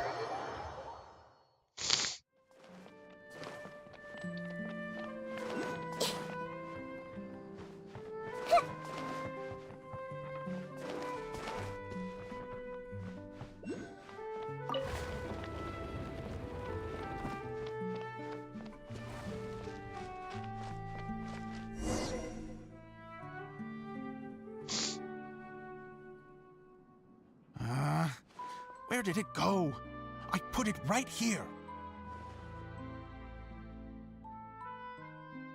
Hey, Zosimos! What you up to? Well, we're back to being Oh, voiced it's again. you two. Please, come here. Feast your eyes on this stage. I designed it myself.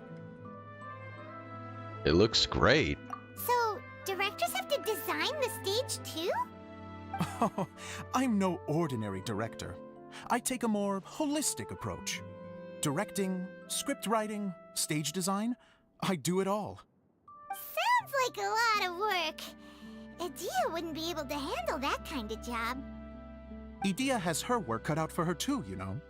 She's my one and only member of the audience, though she often criticizes my shows.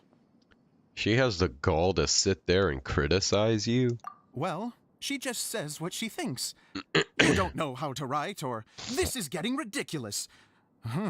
I think it's because I use preprints in a way that she feels goes against what they're intended for. But even though she's my harshest critic, she's also been my biggest supporter in a lot of ways. I guess you could say she's like my agent. I'm very grateful to her. I've always dreamed of being a director, but I've never had the chance until I came here. So, what did you do before you came here?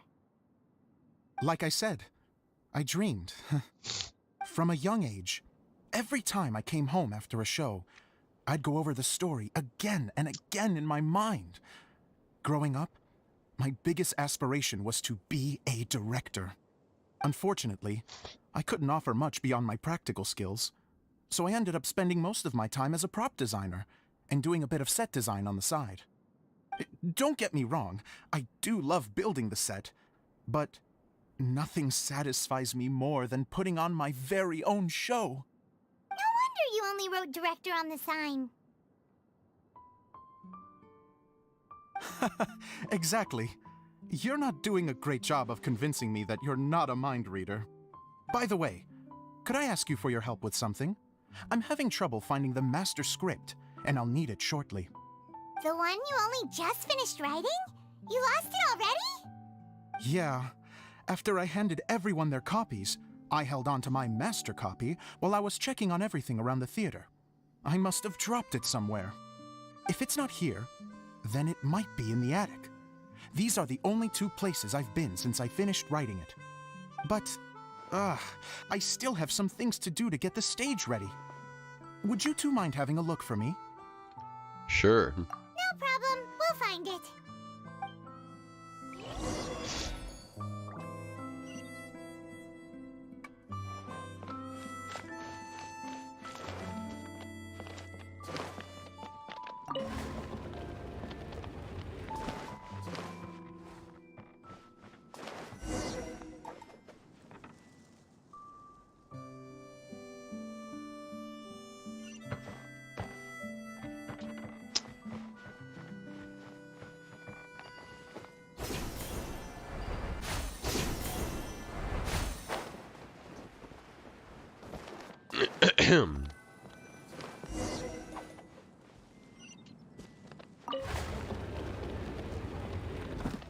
Whoa!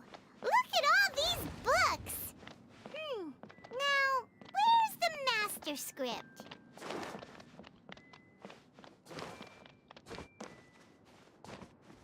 Oh, it sounds like a water droplet is on the second floor. Let's go have a look.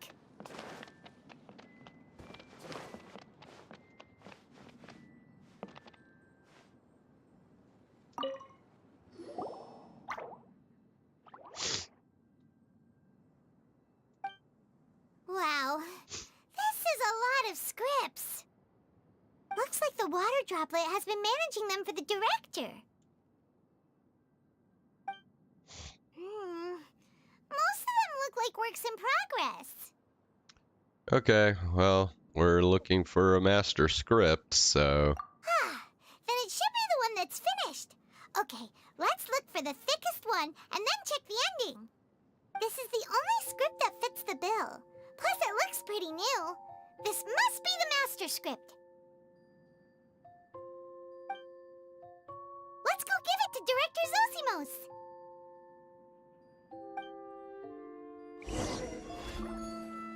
Zosimos, we got your script! Ah, thank you. That's a huge help. I'm running out of time here. There's no way I'll be able to fix everything up perfectly. We may just have to wing it. Anyway, the stage is secondary. The performance is what really matters. Things can always go wrong on stage, but as long as the show goes on, it should be fine. You don't sound very confident in what you're saying. It's true. I realize now that a show is the art of the unknown. Even if you have the same actors performing on the same stage, the performance will be slightly different every time. Those subtle differences are what make each performance special. You sure about that? Okay. One last request. Traveler, you can enter the preprints, yes? The truth is that my sets are composed entirely of preprints. First, I use materials to make the objects. Then I take those objects and turn them into the preprint. Now, of course, preprints are really meant for making objects to furnish the domain. So using objects to create preprints is, strictly speaking, the reverse of what this is intended for. But Edea said that if this is what I really want to do, she's not going to stand in my way. So that's what you meant earlier. Okay, well, what do you need us to do? I'd like the Traveler to go into the preprint set and help move props around during the performance. So I'm part of the backstage crew now. The reason is, You want to watch the show? Oh, Paimon gets it now. If you're busy directing, moving the props, and operating all the mechanisms, you never get the chance to watch the show. Yes, I know that I'm no master playwright, but still. Even if it really is a half-baked script, with shoddy writing and moments of sheer ridiculousness, I'd still like to see it for myself. Just once. Hard to turn a guy down after a speech like that. We're more than happy to help. Thank you. Genuinely, I'm so grateful. I'll go and inform the others. Then, as soon as you're ready, the show can begin.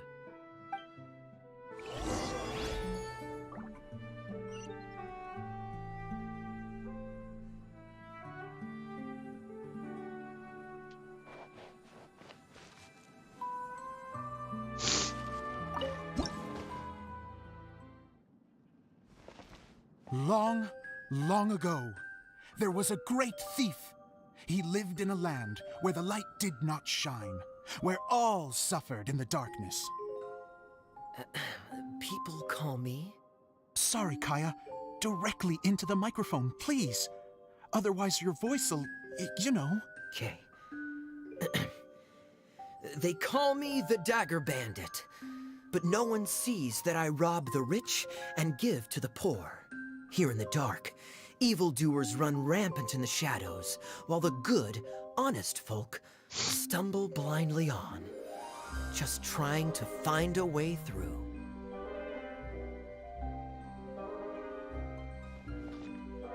As the bandit brooded, suddenly the world was inexplicably changed as a single star appeared on the horizon and flew across the sky. Traveler, stomp on that movement mechanism in front of you.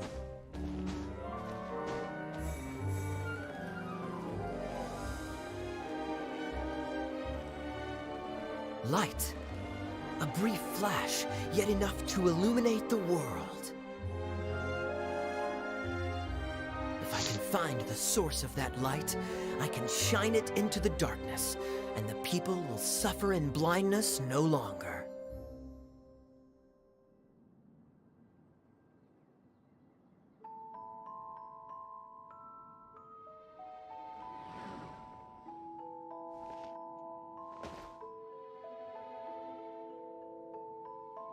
Without a moment to spare, he set off to follow the star's course. All the while, the star kept moving through the sky. Traveler, the star kept moving through the sky.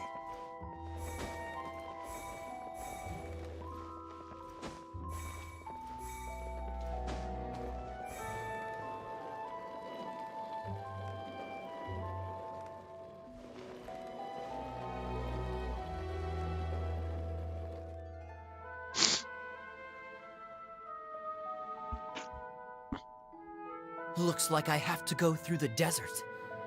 This could get dangerous. If everything he'd heard was to be believed, the desert ahead was a no-man's land filled with horrors. Worse still, the star had landed in the most difficult-to-reach location, surrounded by sheer cliffs. But he was determined to press onward. I've come this far, and I'm not about to turn back now.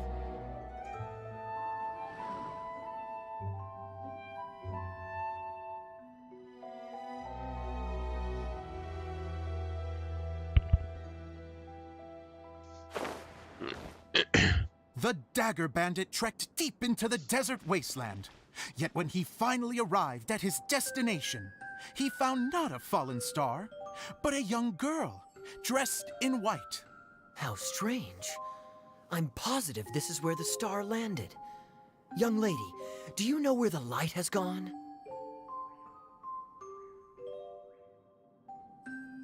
The girl replied,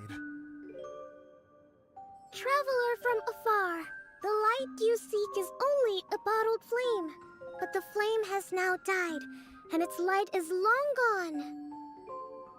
A bottled flame? Yes, it was a gift from another. And so, the girl began to tell the story of how the bottle came into her possession. The girl hailed from a kingdom that sat atop the waterfalls. But when the reigning dynasty fell and a new one seized power, she and her people fled for their lives. A thick fog began to fill the air as she made her way through the forest, and dense thickets tried to block her path. There is a mechanism down there that you can press to retract the thicket board below the stage.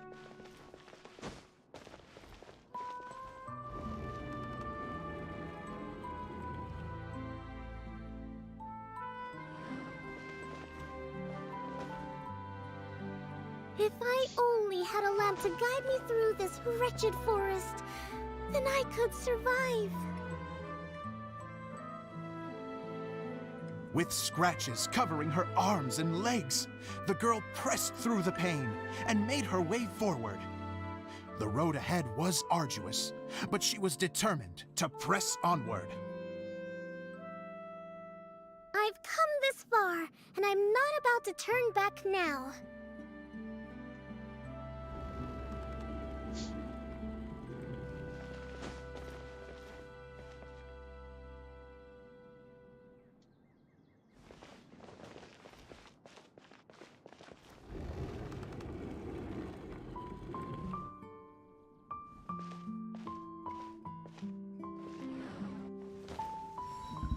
But just as she was drawing near her destination, a huge stretch of thorns and brambles suddenly came into view. Despair set in and began to weigh on her heart. If only someone could help me, I would give anything in return. The girl's heartfelt wish in her moment of desperation did not go unheard. Wait! There's no mechanism for the final thicket! Ugh, I must have forgotten to check those boards. According to the story, those thickets should be gone from the stage now, right? Yes, total oversight on my part. Ugh, what a pain. I can help! Traveler! Cat!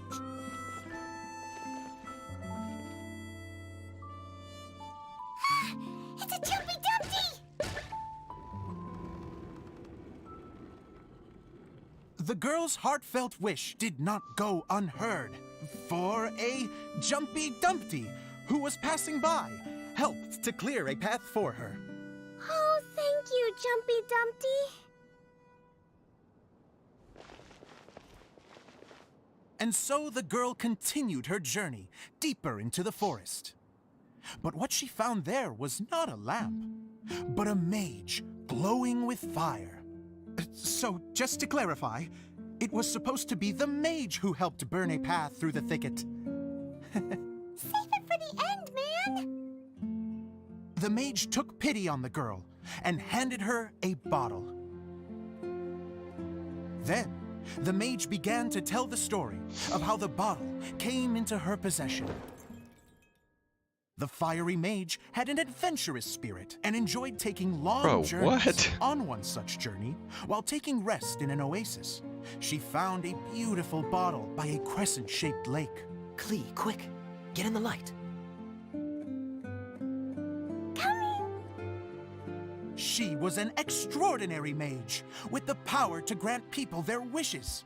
She turned the bottle into a thing of equally extraordinary power. But the only place that it could make wishes come true was inside of the bottle. Oh me! Oh my! Look at this wonderful bottle of mine! It could make a fine toy! But better still, a sojourner's home! The fiery mage blew into the bottle, allowing it to grant one single wish outside its glass walls. Oh, am I supposed to blow into it? Whew. Wow, it lit up! A flame was kindled within the bottle, and it began to glow a fiery red, just like the mage herself.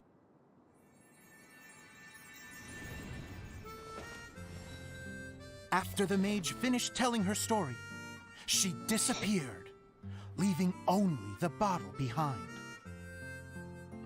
A magic bottle that can grant wishes. And I wish to leave this place and go somewhere where no one will ever find me again. And then? The bottle seemed to softly inquire.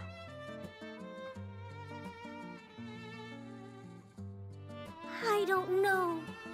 The flame in the bottle faded as the girl's single wish was granted, and she found herself in the middle of the desert, far away, where no one could ever find her.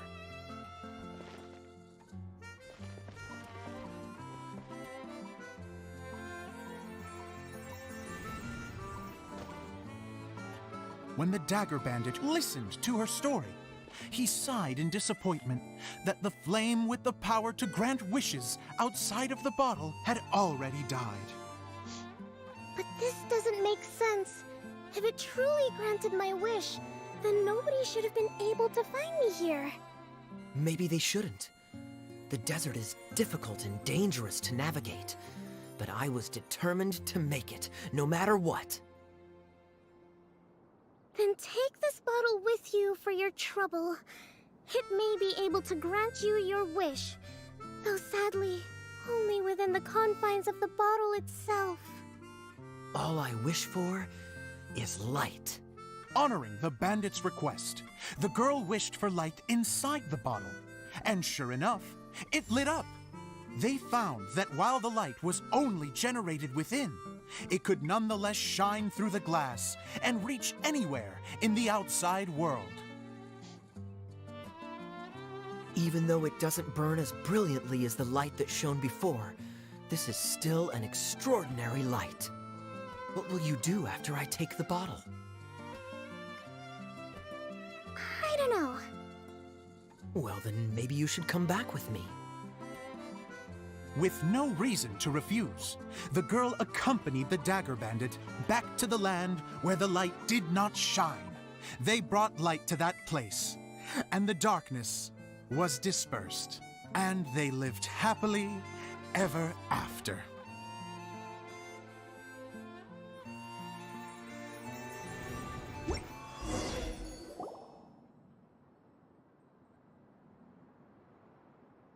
And we're done! Seems the show went pretty well.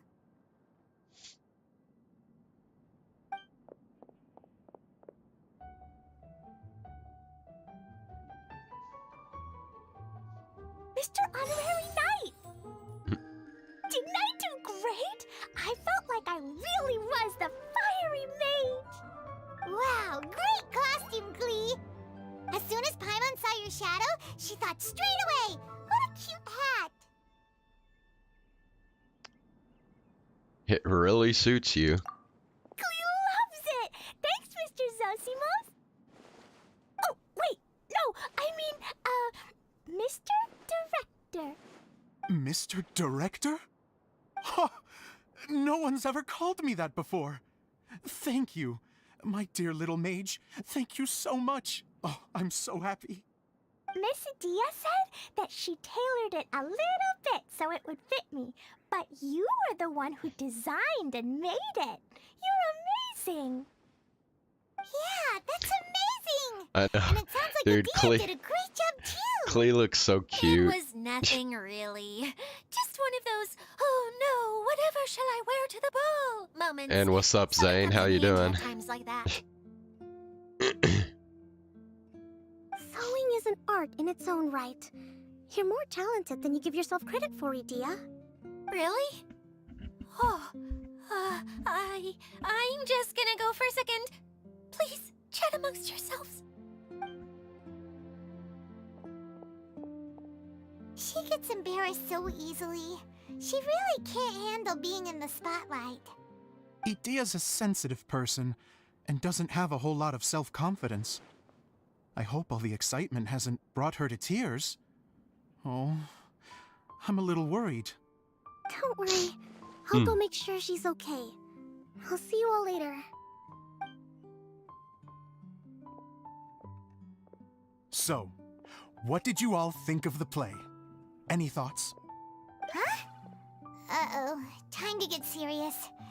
Now, are you sure you want to hear what we really think? Oh, absolutely. I had the courage to ask, didn't I?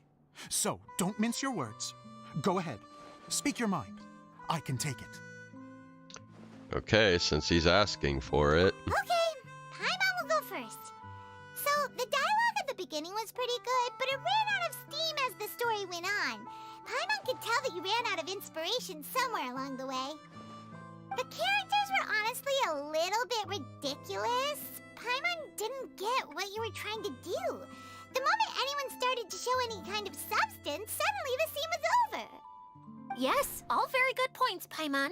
I would add that in its attempt to pay tribute to the series 1,000 Nights, all semblance of a coherent was sacrificed. Plus, I do have to penalize you for the issues with the props.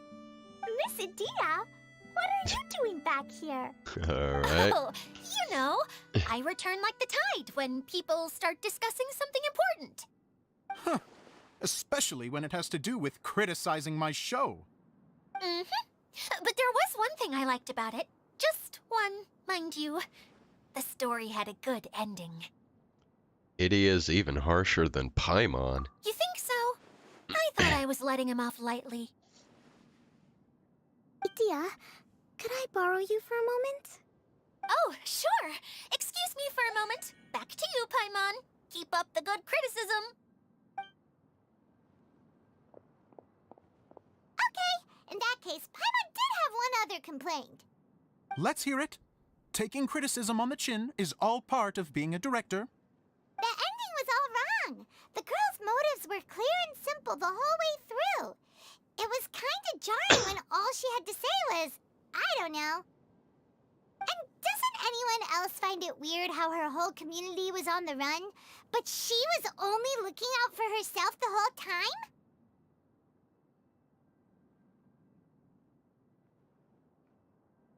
What the hell is she even talking about? Did she watch the same play we just fucking watched? Her community? I don't remember her being with a community in this. Am I missing something here?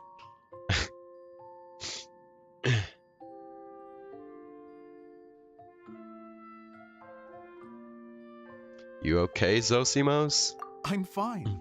I'm not going to improve without feedback. I also learned a lot this time with the chance to be off stage. To be honest, it was a dream come true. What a great attitude. You don't seem upset at all by our comments. I wouldn't say I'm completely unaffected, but you're only speaking the truth. They're all very valid points. Still, now that Paimon thinks about it, you did finish the script in a bit of a rush. Maybe we were being a little too hard on you. It was quite ambitious. That's perfectly fine. Nothing is as important to me as my work on the stage. We all use our imaginations when we're kids, right? I used to play with dolls and my own cardboard cutouts by the light of an oil lamp. The shadows would come to life and dance on the walls. I never got tired of it. Fast forward to now, and in many ways, I'm still that same little kid, lying on his bed, making sound effects. And I get the same joy from running a show now as I did in my little bedroom theater. Of course, a director can accomplish nothing without a cast and crew. So on that note, I want you to all know that I am eternally grateful to each and every one of you. Hey, don't mention it. We had a blast. Okay, here, take this. Your component, as promised. It's the bottle from the show! The one that lit up when I blew into it. That's right. Can you guess the secret behind why it lights up? Oh, maybe there's an invisible fairy inside that opens its eyes when you blow into it. Bingo! You guessed it. That should do the trick. Oh, wait, this needs tightening up a little. Hold on, this will only take a second. Something interesting's going on over there. This outfit's more fashionable than I imagined. Excuse me, everyone. Do you have a moment? Especially you, Zosimos. Itea wants to do a little something for you. She says it'll be a dream come true. A dream come true? Yes. She said that as useless as she is, she wants to do something for you as the first person to have heard of your dream of being a director. Her words, not mine. I'd have to disagree, though. I have never thought of Itea as a useless person. How is this suddenly about me? If everybody is ready, then I'd like to invite tonight's male lead to take the stage. Ta-da!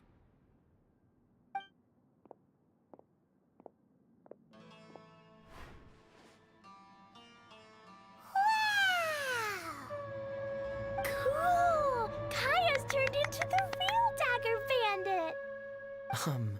How is me changing outfits supposed to make the director's day? It's just a prototype costume. Is he that easy to please? Don't be silly. If I know our director, nothing will make him happier than to see his ideas brought to life by the right actor. Well, then I'm happy to oblige. Who am I to argue with the star of the show? Zosimos drew up countless designs and made a few prototypes before landing on this one. It just needed some tailoring to fit properly, so I made a few stitches here and there. I hope the result isn't a disappointment. Oh, it's perfect. Itea, I'm... Oh, I'm so touched. Thank you all. You've made me happier than I ever thought I could be.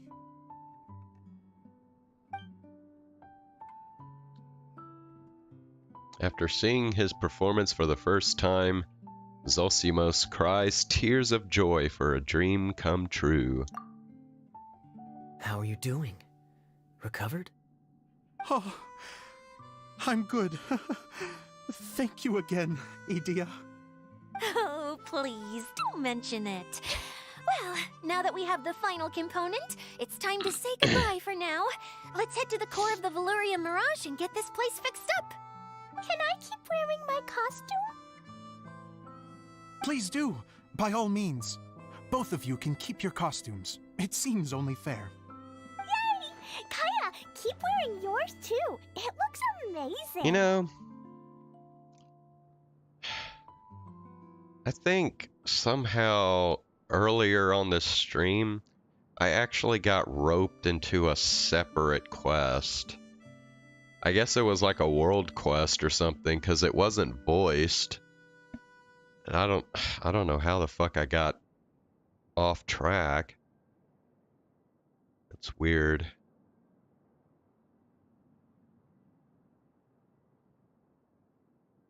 Oh well. As long as it gives me Prima Gems, which I think it I did, agree with so... our mage. I'm sure it's not every day you get to play such an unforgettable character. Sure. I think I can be a bandit for a little longer. Bye-bye, Mr. Director. Take care, my dear friends.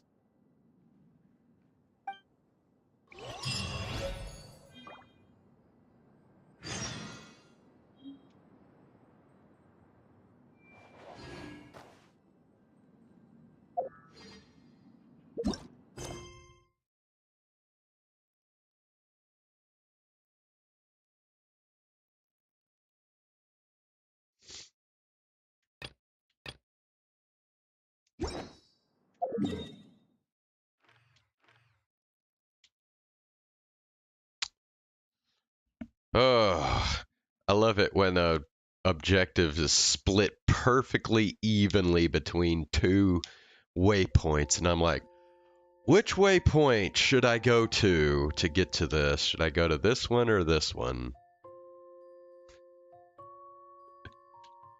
We'll go to this one.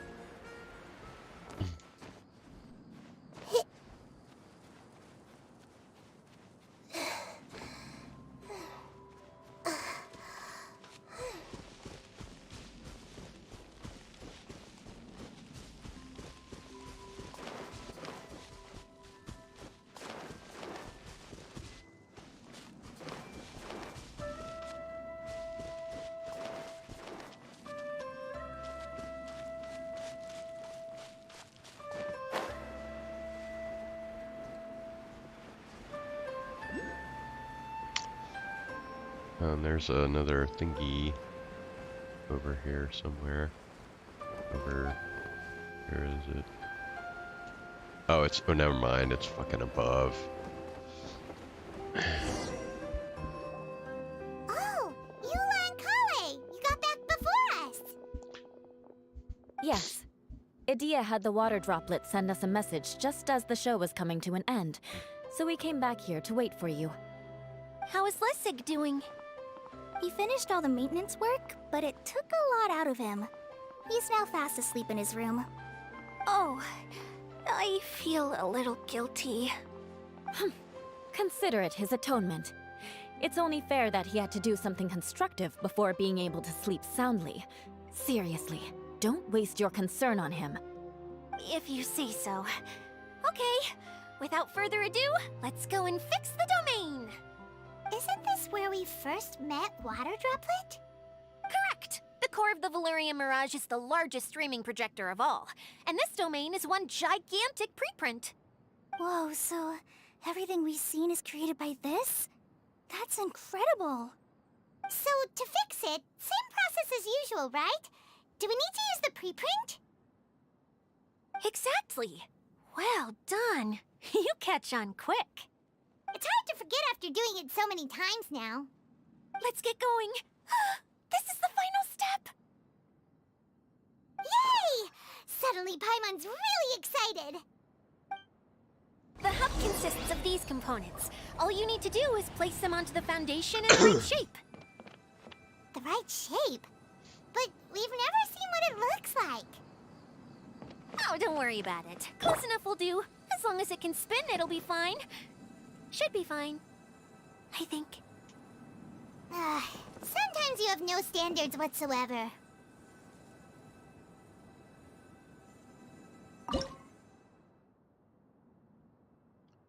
Bro, what?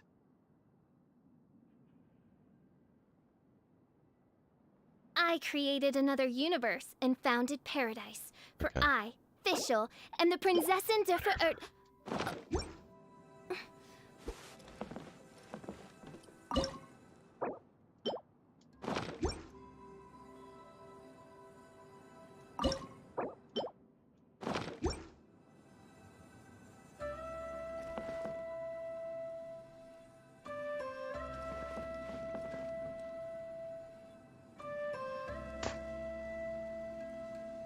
What in the blue fucking hell is this?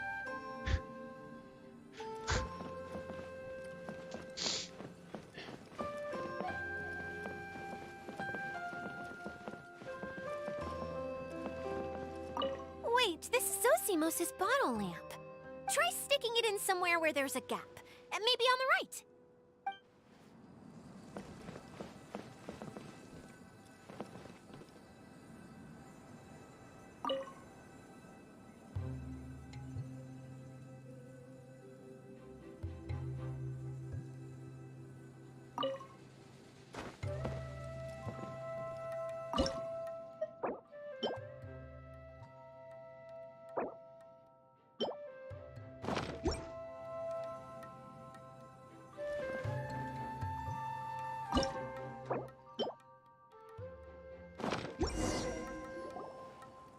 We did it! Oh. Okay. But why isn't it turning? The components are back in the core, and the hub is restored to its proper shape again. That's all we needed to do. Like any wound, it just needs time to heal. It'll probably just start turning again one day in the Hey. middle of the night when no one's looking. 3 objects in 3 places. That means there's 6 possible configurations, and we got it on the second try. So I say that getting it in 2 out of 6 potential tries is pretty good. Really? I thought that with your special abilities, you could get it turning again right away. What? Huh? All of us are dying to see it. Not just how the domain looks when it's fixed, but also Idea. In her element. I want to see Adia using her magic powers too! I bet they're super awesome! What are you guys talking about? And how is Kleon on this, but Paimon isn't? Haven't you noticed, Paimon?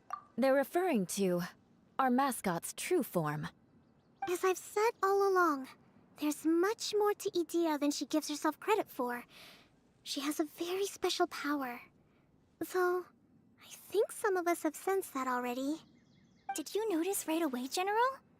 I only found out when I was chatting with Eula. What, she's a water droplet? So our general was the first to notice. It seems like she's more perceptive than she lets on. I'd say the same about you, Kaeya. What the? All of you? No? I mean, I wasn't trying to hide anything from you, I promise. It's just, for people who stumble upon this place by accident, I think my current form is more approachable than my true one. I don't want people to get scared when they see me. Ah, I wondered. What? What is it? And whatever it is, how the heck does everyone know about it? Well, for one thing, I sensed elemental energy in the residents here, but none of them have visions. Then my mind started to wander as I was reading a storybook, and suddenly, I had a thought. Since hydroidolins can change into any form, why not human form? You hit the nail on the head. Alright, in that case, please allow me to introduce myself once more.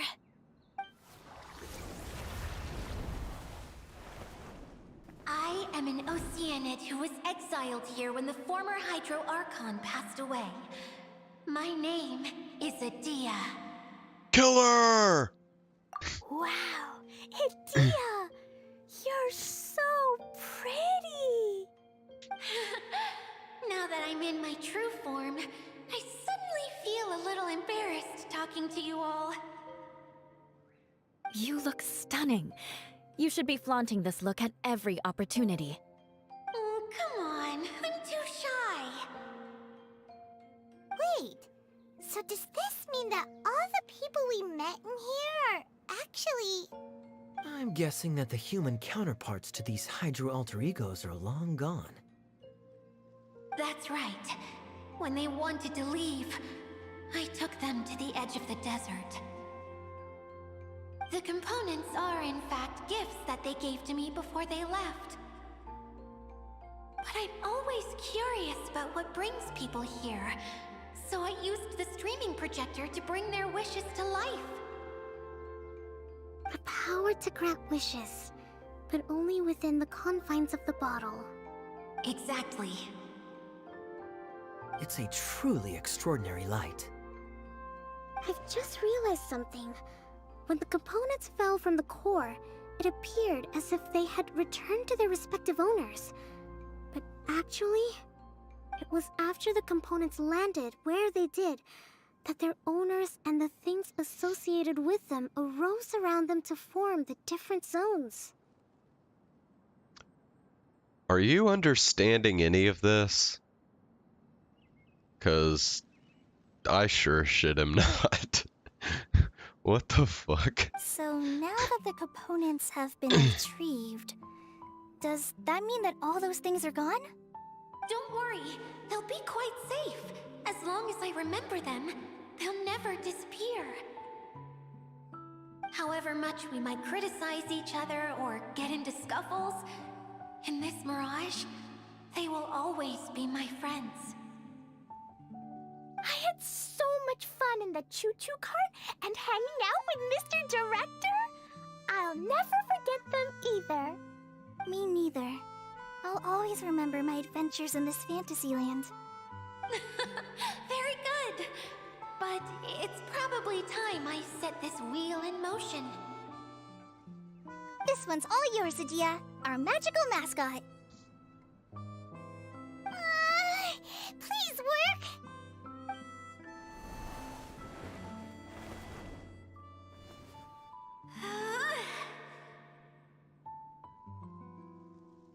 Huh? Huh? That's strange. Nothing happened. Has it lost some power because of the incident? Oh, crumbs. Not now. Not right off the back of everyone putting me on a pedestal and me acting like this is going to be my big moment. Someone get me a bottle. I'm hiding myself away. See you in 100 years. You're already in a bottle. What now? This was the only way! Now I'll never be able to show you how the Valyria Mirage is supposed to look. Hold on. I have an idea. Yes, General Sangonomiya? I'm all ears! If it's okay with you, would you let me borrow the Shinro casket from the domain's core? Ah, the Shinro casket. That sounds familiar. 1 second. Here. Is this it? Wow! A huge shell! It's the relic that Kokomi mentioned earlier! So this is where it's been hiding! It was once a ritual vessel used for making offerings in the Moon Shrine. It's made from the remains of a yokai called the Shinkiro, and it can listen to the wishes of those who come to pray to build up Shinki, which gives it its power. Several centuries ago, the relic was lost when the last prefect of Yashiori died in battle. Its final resting place was unknown. The pearl that goes with it should be able to sense the casket's location. But when, unbeknownst to anyone at the time, the casket disappeared inside the core of the Valerian Mirage, the pearl's light died out. Huh? How come? Well, imagine it was a sound instead of light. If the room is too big, you can't hear anything from outside the door, can you? Oh, I get it now. The shell must have been having too much fun one day and got locked in the solitary confinement room. I understand now, too. The core has been wearing out recently. That's why you were able to follow the pearl all the way here. Okay, I need to look up what this whole solitary confinement deal with Klee is, because sounds really fucking concerning. Sounds just like my treasure compasses. To get back to the story, without the offerings at the shrine, this vessel quickly loses its power. Yet countless people who have visited this domain brought their wishes with them and left a small piece of themselves behind along with their gifts. These have the same effect as the offerings at the shrine. Wow! I never knew this thing was so powerful. It is. Powerful enough to help you repair the Valerian Mirage with any luck. But what do I do with it? It's simple. We just need to awaken it by telling it what we wish for. For example, my name is Sangonomiya Kokomi, the divine priestess of Watatsumi Island. And my wish is to use my critical thinking and strategic planning skills to bring a little more joy into the lives of my fellow Watatsumi Islanders, as well as the lives of everyone I cherish. Itia, what do you wish for? Me? My wish is that all those who have sojourned to the Valerian Mirage in the past will achieve what they truly wish for. Not just in this domain, but out there, too. Even though I know full well that trying to build a railway in the outside world is just a pipe dream, and that Mimuna will probably just go back to being a scholar. And I know that Zosimos has a lot of improving to do as a playwright. It's going to be tough for him back in Fontaine. Chasing your dreams is hard work. Despite all of that, I still hope that somehow, someday, they will achieve their dreams.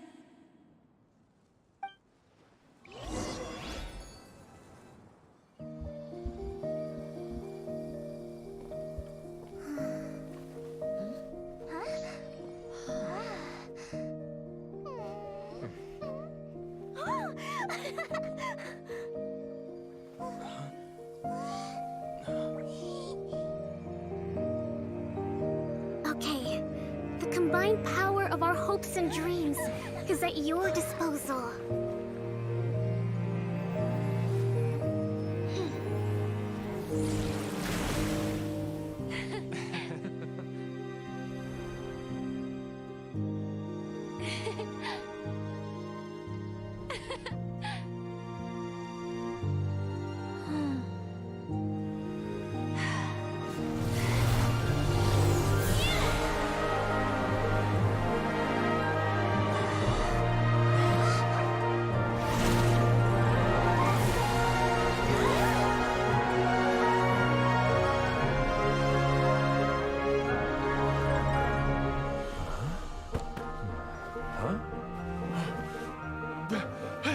Look!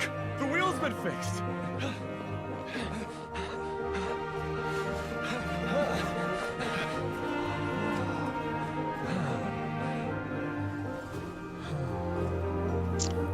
Yeah, totally fucking forgot about the wheel.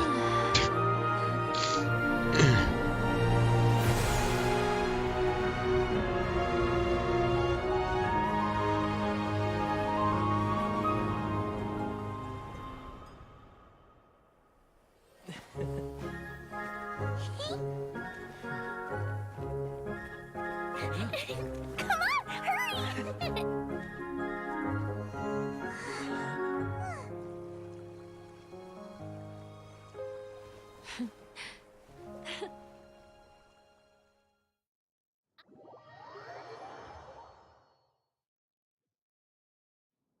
Yay! Dia, you're back to normal. Are you alright? Everyone's praise and curious questions went to my head. I said so many things I'm so ashamed of, and I lost the courage to live on. Please don't say that. Yours was a noble wish. Yeah, and you weren't granting wishes for yourself. You did it for other people. I have friends like that too. Other people's hopes and dreams are what motivate them. They'll work tirelessly just to see them smile. If you ask me, that's one of the most noble things a person can aspire to. Please, no more praise. I'm really not comfortable with it. It makes me feel so ashamed. Someone like me doesn't deserve so many people's praise. It's like I'm dreaming. Well, at least the domain is fixed now, and all the components are back in place. What's the matter, Klee? I suddenly have loads and loads of more wishes. I want to ride the choo-choo cart again and look down from up on top of the big wheel. Is there a way to get up on top of the wheel, Dia? There is a way, but there's only space for a very few people. That's okay. I can go up by myself. But it'd be more fun with Mr. Honorary Knight. I shall not leave your side, my lady. Are we sure about this? It's so high. What happens if we fall off? I thought you could fly. Well, yeah, but Paimon's just worried for you. Don't worry, I'll be there to make sure no one falls off. I haven't been up there in a long time myself.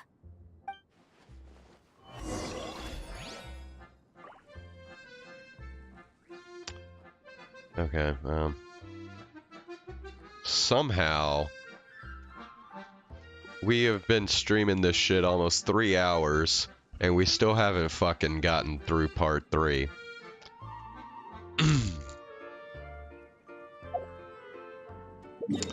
But, yeah. It's time to go to bed, so I guess we're just gonna have to wait till tomorrow.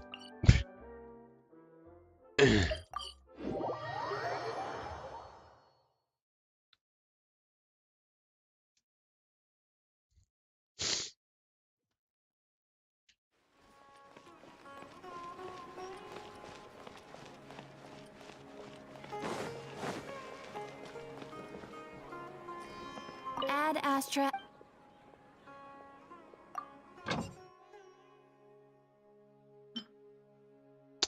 Oh yeah, so we're not doing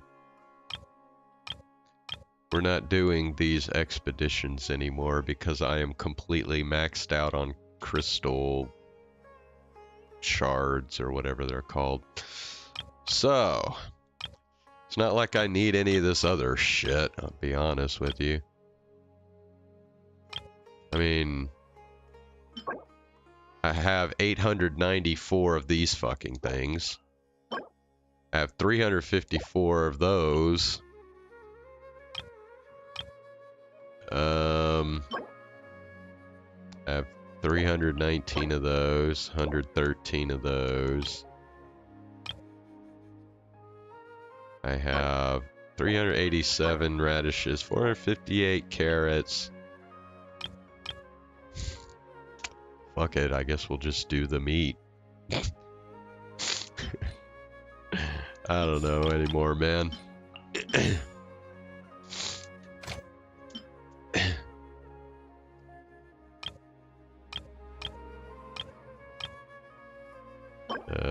wow, I only got 3 of those. Okay. And these 27 and 131.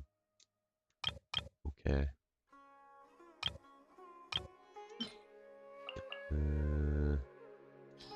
Well, I'll tell you what, we'll put Yelan here.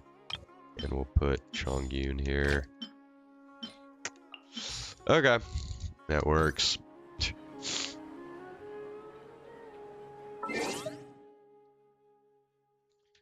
Alright, well.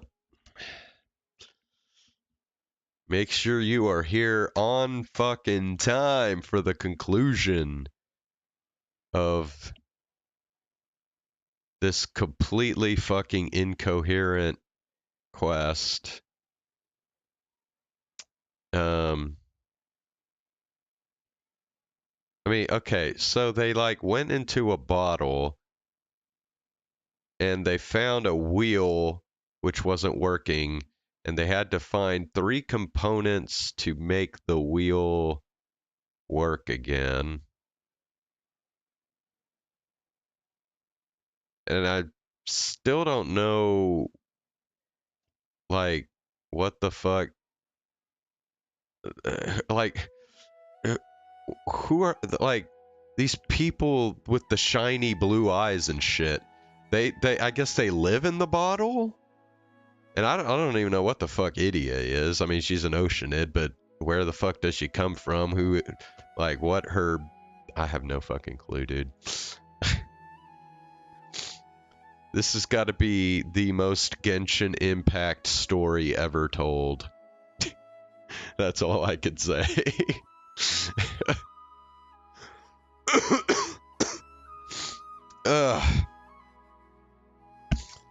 Alright, man. Thanks for stopping by. And yeah, we'll I think we'll finally finish this. I mean, shit, who knows? Maybe we still got another 2-3 fucking hours left in this quest. I honestly have no idea. So, yeah, hopefully we'll finish part 3 tomorrow, but fuck, maybe we won't. And then we'll finally be able to play the Kaeya's hangout event, which I nearly forgot. We still have to do, so yeah. All right. Have a good night. I'll see you tomorrow.